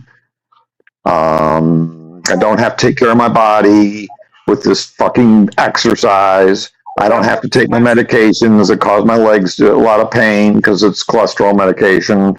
I don't have to floss my teeth every day, take a shower, shave, wipe my ass. Natural.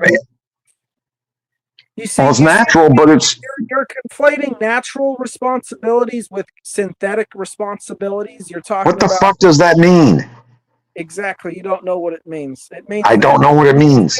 You think that going to the bathroom and going to work to earn fiat currency are the same thing, and they're not. One is natural, one is synthetic and imposed. They're all synthetic. They're all man-made. They're all the product of human procreation. Going to the bathroom is not man-made. If something. Yes, it is, because Yes, it is. the human himself is man-made. No, it's not. Humanity. Yes, it is. No, we're If not. you don't make a baby, you don't have the shit. Humanity comes from nature. Humanity is not man-made. No.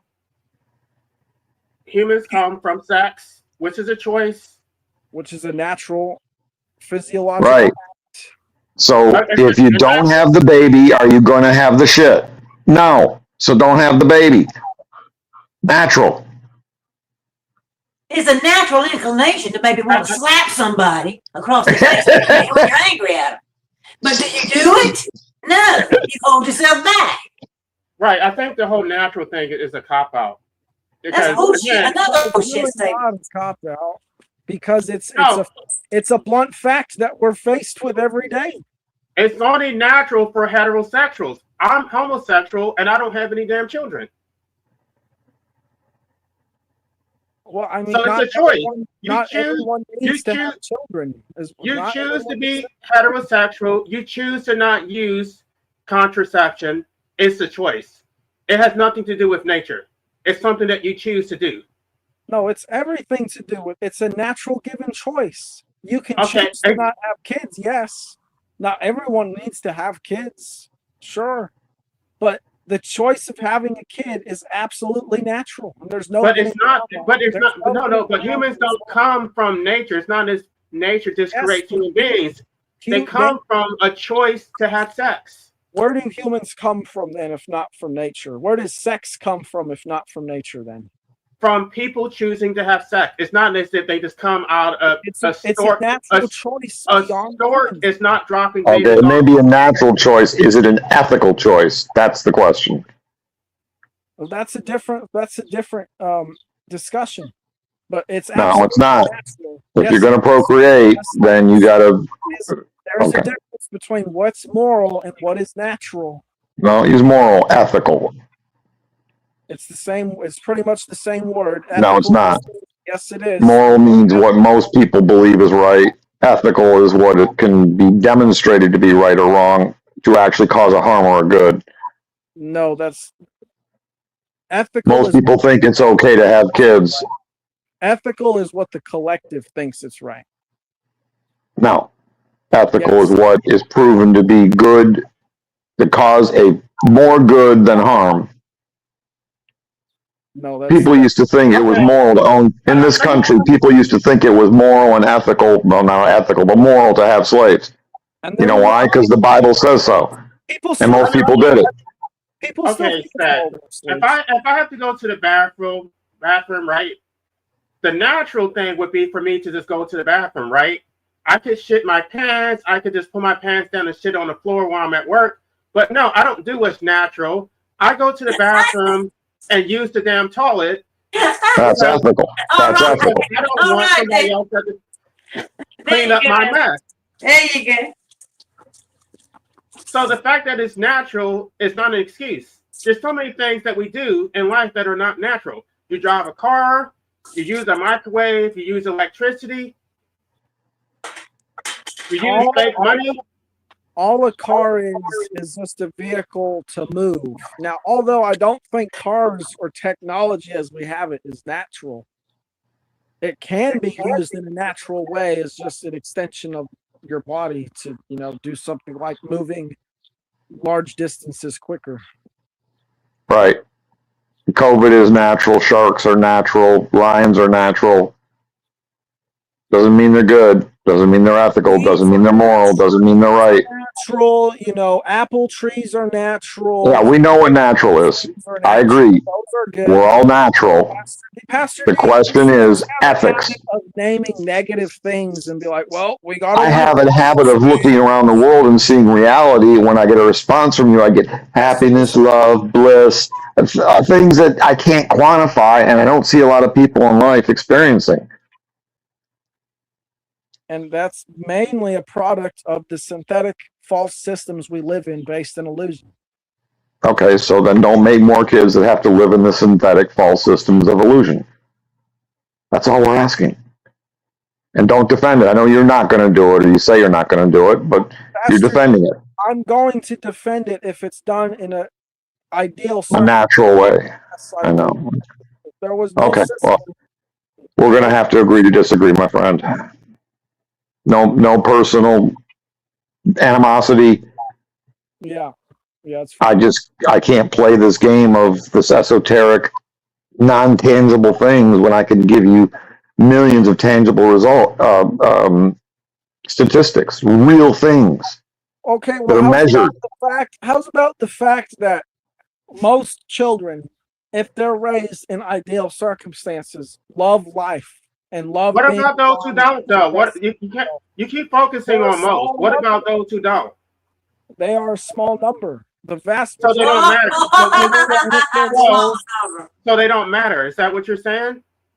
No, it's not that they don't matter. It's just that they're not a representation of how people actually feel. No, on only the large good scale. outcomes. Okay. Only the good outcomes. Regardless, even if they're not a representation, how do you address the people who are not enthusiastic about life? And they're trapped here. They have to live another 40 to 50 years, whether they want to or not. Try 15. They're trapped. They're just miserable, and there's nothing they can do. And in my situation, maybe in Patsy's situation, we're looking at our own death coming up pretty soon. And we're terrified of it. And the only reason we're in this situation, and your potential kids will be in this situation, is because someone decided it was okay. All we can And now do is try to better our life in small increments and try to die with as little regrets as possible. That's great, Okay, but I still that's have not to the fear way- dying. My biggest regret is that I was born in the first place, but I didn't have any control over that. That's right, me too. You shouldn't be sitting there having to sit down on your deathbed thinking about, oh, I don't have so many regrets. Exactly. No, I'm you're saying that's thinking bullshit. about, oh my You God, shouldn't have I'm a reason to dying. have you shouldn't have a reason to have a regret Right. at all. That's my point. And I can have no regrets and still fear dying, the process of dying and being dead and going to hell and all the other bullshit. You just wait 40 more years. You know, It's coming for you, bud. all right, thanks. I just think some people haven't suffered enough. When this economy goes in the toilet and they actually experience real suffering, I think they're going to have a little bit more empathy. When they can't eat, they can't work, maybe when they're homeless and there's no transportation and they actually have to go without, then maybe they'll have a little bit more empathy. But I think it seems a little bit too extenuated for them. They can't actually connect to other people. Listening to other people's stories is not enough. They have to actually see it for themselves. Yeah, So, that's true. Look, I understand that there's suffering and that you guys had trauma in your life that I probably have not experienced as much as you guys on this panel. But I'm still saying that the potential to live a good, meaningful life is there for each person. I would say I'm sure it is. I would say everyone has that potential. Even you. Potential. I think that the potential was there, it just didn't happen. the potential to not exist at all was also there, but it was taken by our parents. Yep. Well, we exist now, and as you point out, there's nothing we can do about it. So dwelling on this thing that we don't have any control over, right? is you think that's what we're doing? You think we're just wanting? No, we're trying to. We can't fix our situation, but we want to warn other people so they don't do the same thing to other children. Well, at least he just admitted what we've been telling him all along tonight. He just admitted it. That's good. But because we can't do well, just because we can't do it, we can't help it. We can't help the fact. We can't help the fact that we didn't have a choice. But well, that's an admission. I appreciate that. I want him to understand why we're doing this. It's not because we're wanting. We can't save ourselves, but we can save other potential children. Yeah, I get it, but and like I said, most people should not have kids, but the people who should have kids, and there are people who should have kids because they will give their child a good life, should do it. Again, can I have your Cannot crystal guarantee ball? that. Yeah, can I have your crystal ball and your God phone, your As soon iPhone as you get that 3000? crystal ball, yeah, get that. As soon as you get your crystal ball, The bottom look in there in line, the future. the bottom and tell line me that it's never is good. that nobody can guarantee that their children would have a good life. And even if they don't have a good life because they thought they were going to, there's no way to correct it. So the risk is not justified. It's never justified. Yep. What if something happens that you can't control? That's what we're trying to get through your head. I If would that- say the risk is that girl- justified. That quadriplegic girl might have had the perfect life, but because a freak accident happened, no fault of her own, fault of the kid, fault of the parents, He just fucked her said the life risk- up. He just said the risk is justified. Said Scales did. The risk is Okay. justified. The risk, All right. the risk of having a child is justified if, number one, you know you can give the child a good life, and number two, if the child can grow into someone who can help other people who are suffering more than He they. wasn't listening to a word we No, said. no. Nothing. Yeah, because you think that it's selfish to want to help others, or to think that there's. No, I don't. No, we said you can't predict what that child's life's going to be like. That's what we say. There you go. Here, do you have this ears between your skull? You can. I said you can increase the chances. That's not Yeah, you good can enough. increase the chances, but you can't guarantee. We don't want no damn I said chance. that earlier. I'm pretty sure I said that earlier, and you're bringing it up again. I pointed out that there are lots of things outside of our control, and that's not a bad thing. Why? Because not everything, we don't need to control everything. We look at modern civilization, that's their goal. They want to control everything they don't understand. And so the suffering of everyone else, because of the madness they create in an attempt to control things they don't understand, increases the suffering on the planet Earth, not just for humans, but for all life. Forcing someone to exist is a form of control. It's the ultimate form of control. Only if, I mean, you know, vegans could say the same thing. I hate to bring them up, but you could say that eating someone or something is the ultimate form of control and domination. Right, but I and would I say- agree with them. But I would say that if you create a natural omnivore, then it's predictable that they're going to eat animals. So don't create them in the first place, and you have addressed the root cause. The point is that we don't have to be these people who just consume the earth's resources and give nothing back. We can live great lives and have a symbiotic relationship with the earth, just like ancient humans used to do. And if that were to happen, there would be a lot less depression and suffering. Let me ask you a question, Mr. Setskills. In my lifetime, I have watched what were previously agricultural societies like China and India and Indo-Asia be very agrarian, and Africa be very agrarian, be very hunting and gathering, farmers, basically, all capitalized because they wanted the air conditioning, they wanted the smartphone, they wanted the TV, they didn't want to sit in their hut and watch the smoke go up the chimney in the dung hut. They wanted all the advancements. Do you think society is going to voluntarily go back to living, in mud huts and hunting and gathering and subsistence farming? Now, there'll be some that will, but the vast majority will want the advancements. We need to synthesize the egalitarian lifestyle and does the that mean? respect of life that people had before civilization with the technological means of the modern day. That's what needs to happen. A synthesis. Okay. All right. Okay, well, I guess I'm going to let you get the last word because I'm going to have to go. But I do appreciate everybody for coming up here. Yeah. Thank you, Seth Scales. Patsy, Yes. still there, girl? Yeah. We are the children of the South Carolina. We are. Yes. I- Hey, LA, how many people watch this after this thing wraps up? Let's say a year from now, roughly. A year from now? Just a guess based on previous streams. I don't know. I mean, maybe, but I can't tell because I can't tell. It's kind of hit or miss. Some of my live streams receive more views.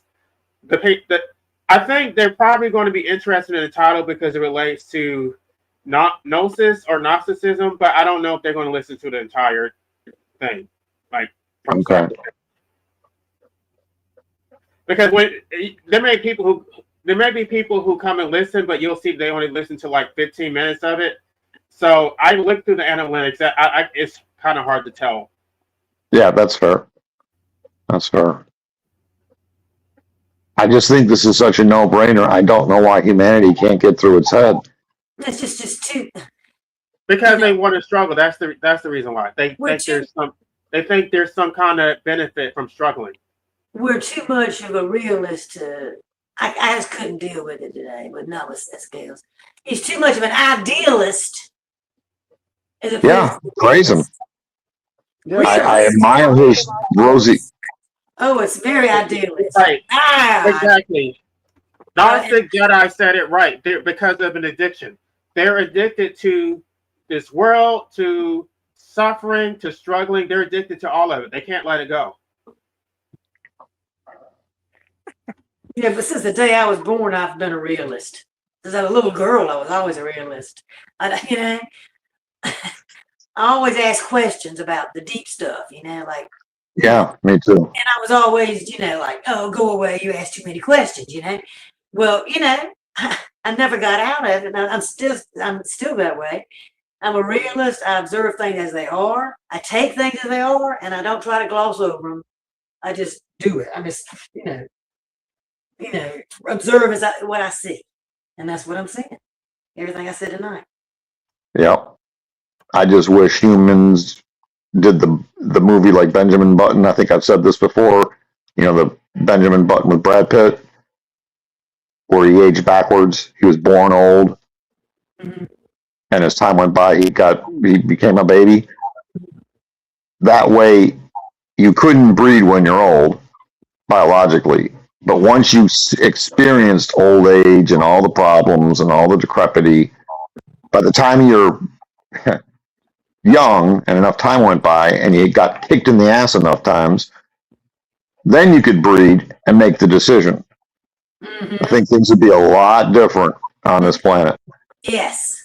Yeah, and you know what? That's actually what the Bible describes, even though I don't know how accurate it is, but the Bible in the earliest times, like when it's talking about the early lineage of Adam, it's talking about people who are having kids with the body of like a 20-year-old, but the mind of like a 70 or 80-year-old.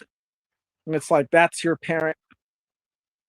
Oh. Yeah, I think the world would be a lot better. Like, imagine having a parent who is like as wise as an 80-year-old, but they have the body of a 20-year-old. Yeah. That's your mom and dad. That would be a lot You, better. you wouldn't have a parent in most cases, but okay, you're right. Right. I mean, the birth rate, Lord, I mean. It would collapse even more than it already is, thank God. It wouldn't be a population hardly, Yeah, and the quality of life would be better per individual. There would be less people, though, but I think that would probably be better. Not just for us. You're right. You're right. Everything in this world is backwards. Which Yeah. it's ass backwards. The whole life is ass backwards all the way around. Okay. Isn't it? People celebrate birth and they mourn death. It should be they mourn birth and celebrate death. Yeah. Well, it was good talking. Okay, likewise, Seth Scales. Sorry for all the bantering, but these are ideas, nothing against you personally. Well, it's fine. I think you're far from the worst I've encountered. Oh, well, thank you. Well, I hope you appreciate our honesty. That's fine. and our realistic approach to life as it is. So that's what we're trying to do. And when you're done with that crystal ball and your God phone 3000, can you share them with us? We could use them. Please do. You can check out It'd be my wonderful. and maybe here's some of my stuff there. Okay. All right. Well, Night, y'all. good night. Take care. All right, so I'm gonna get off too. Bye. Night. Thanks, LA. Thank you. Pastor Thank D, you, I LA. love you. Love you, Pastor. Yeah, love you too, Patsy. See, hey, and LA, my offer stands. So just let me know when your, thing comes up. Okay. Yeah, I was gonna. Okay. I'll. I guess I can email you. Okay. All right. Thank you. Pastor Y'all D, take care. Pastor Yeah. D. Yes. Look, Patsy, look, see. look. Oh, what's up? Look. Oh, baby, my baby child in South Carolina, the Charleston girl, and come down there and smack you like your granny grunt. We'll get some grits and some hogbacks Have a good night, y'all. and some slate curry. Yes. All right, take care. Bye bye. Bye.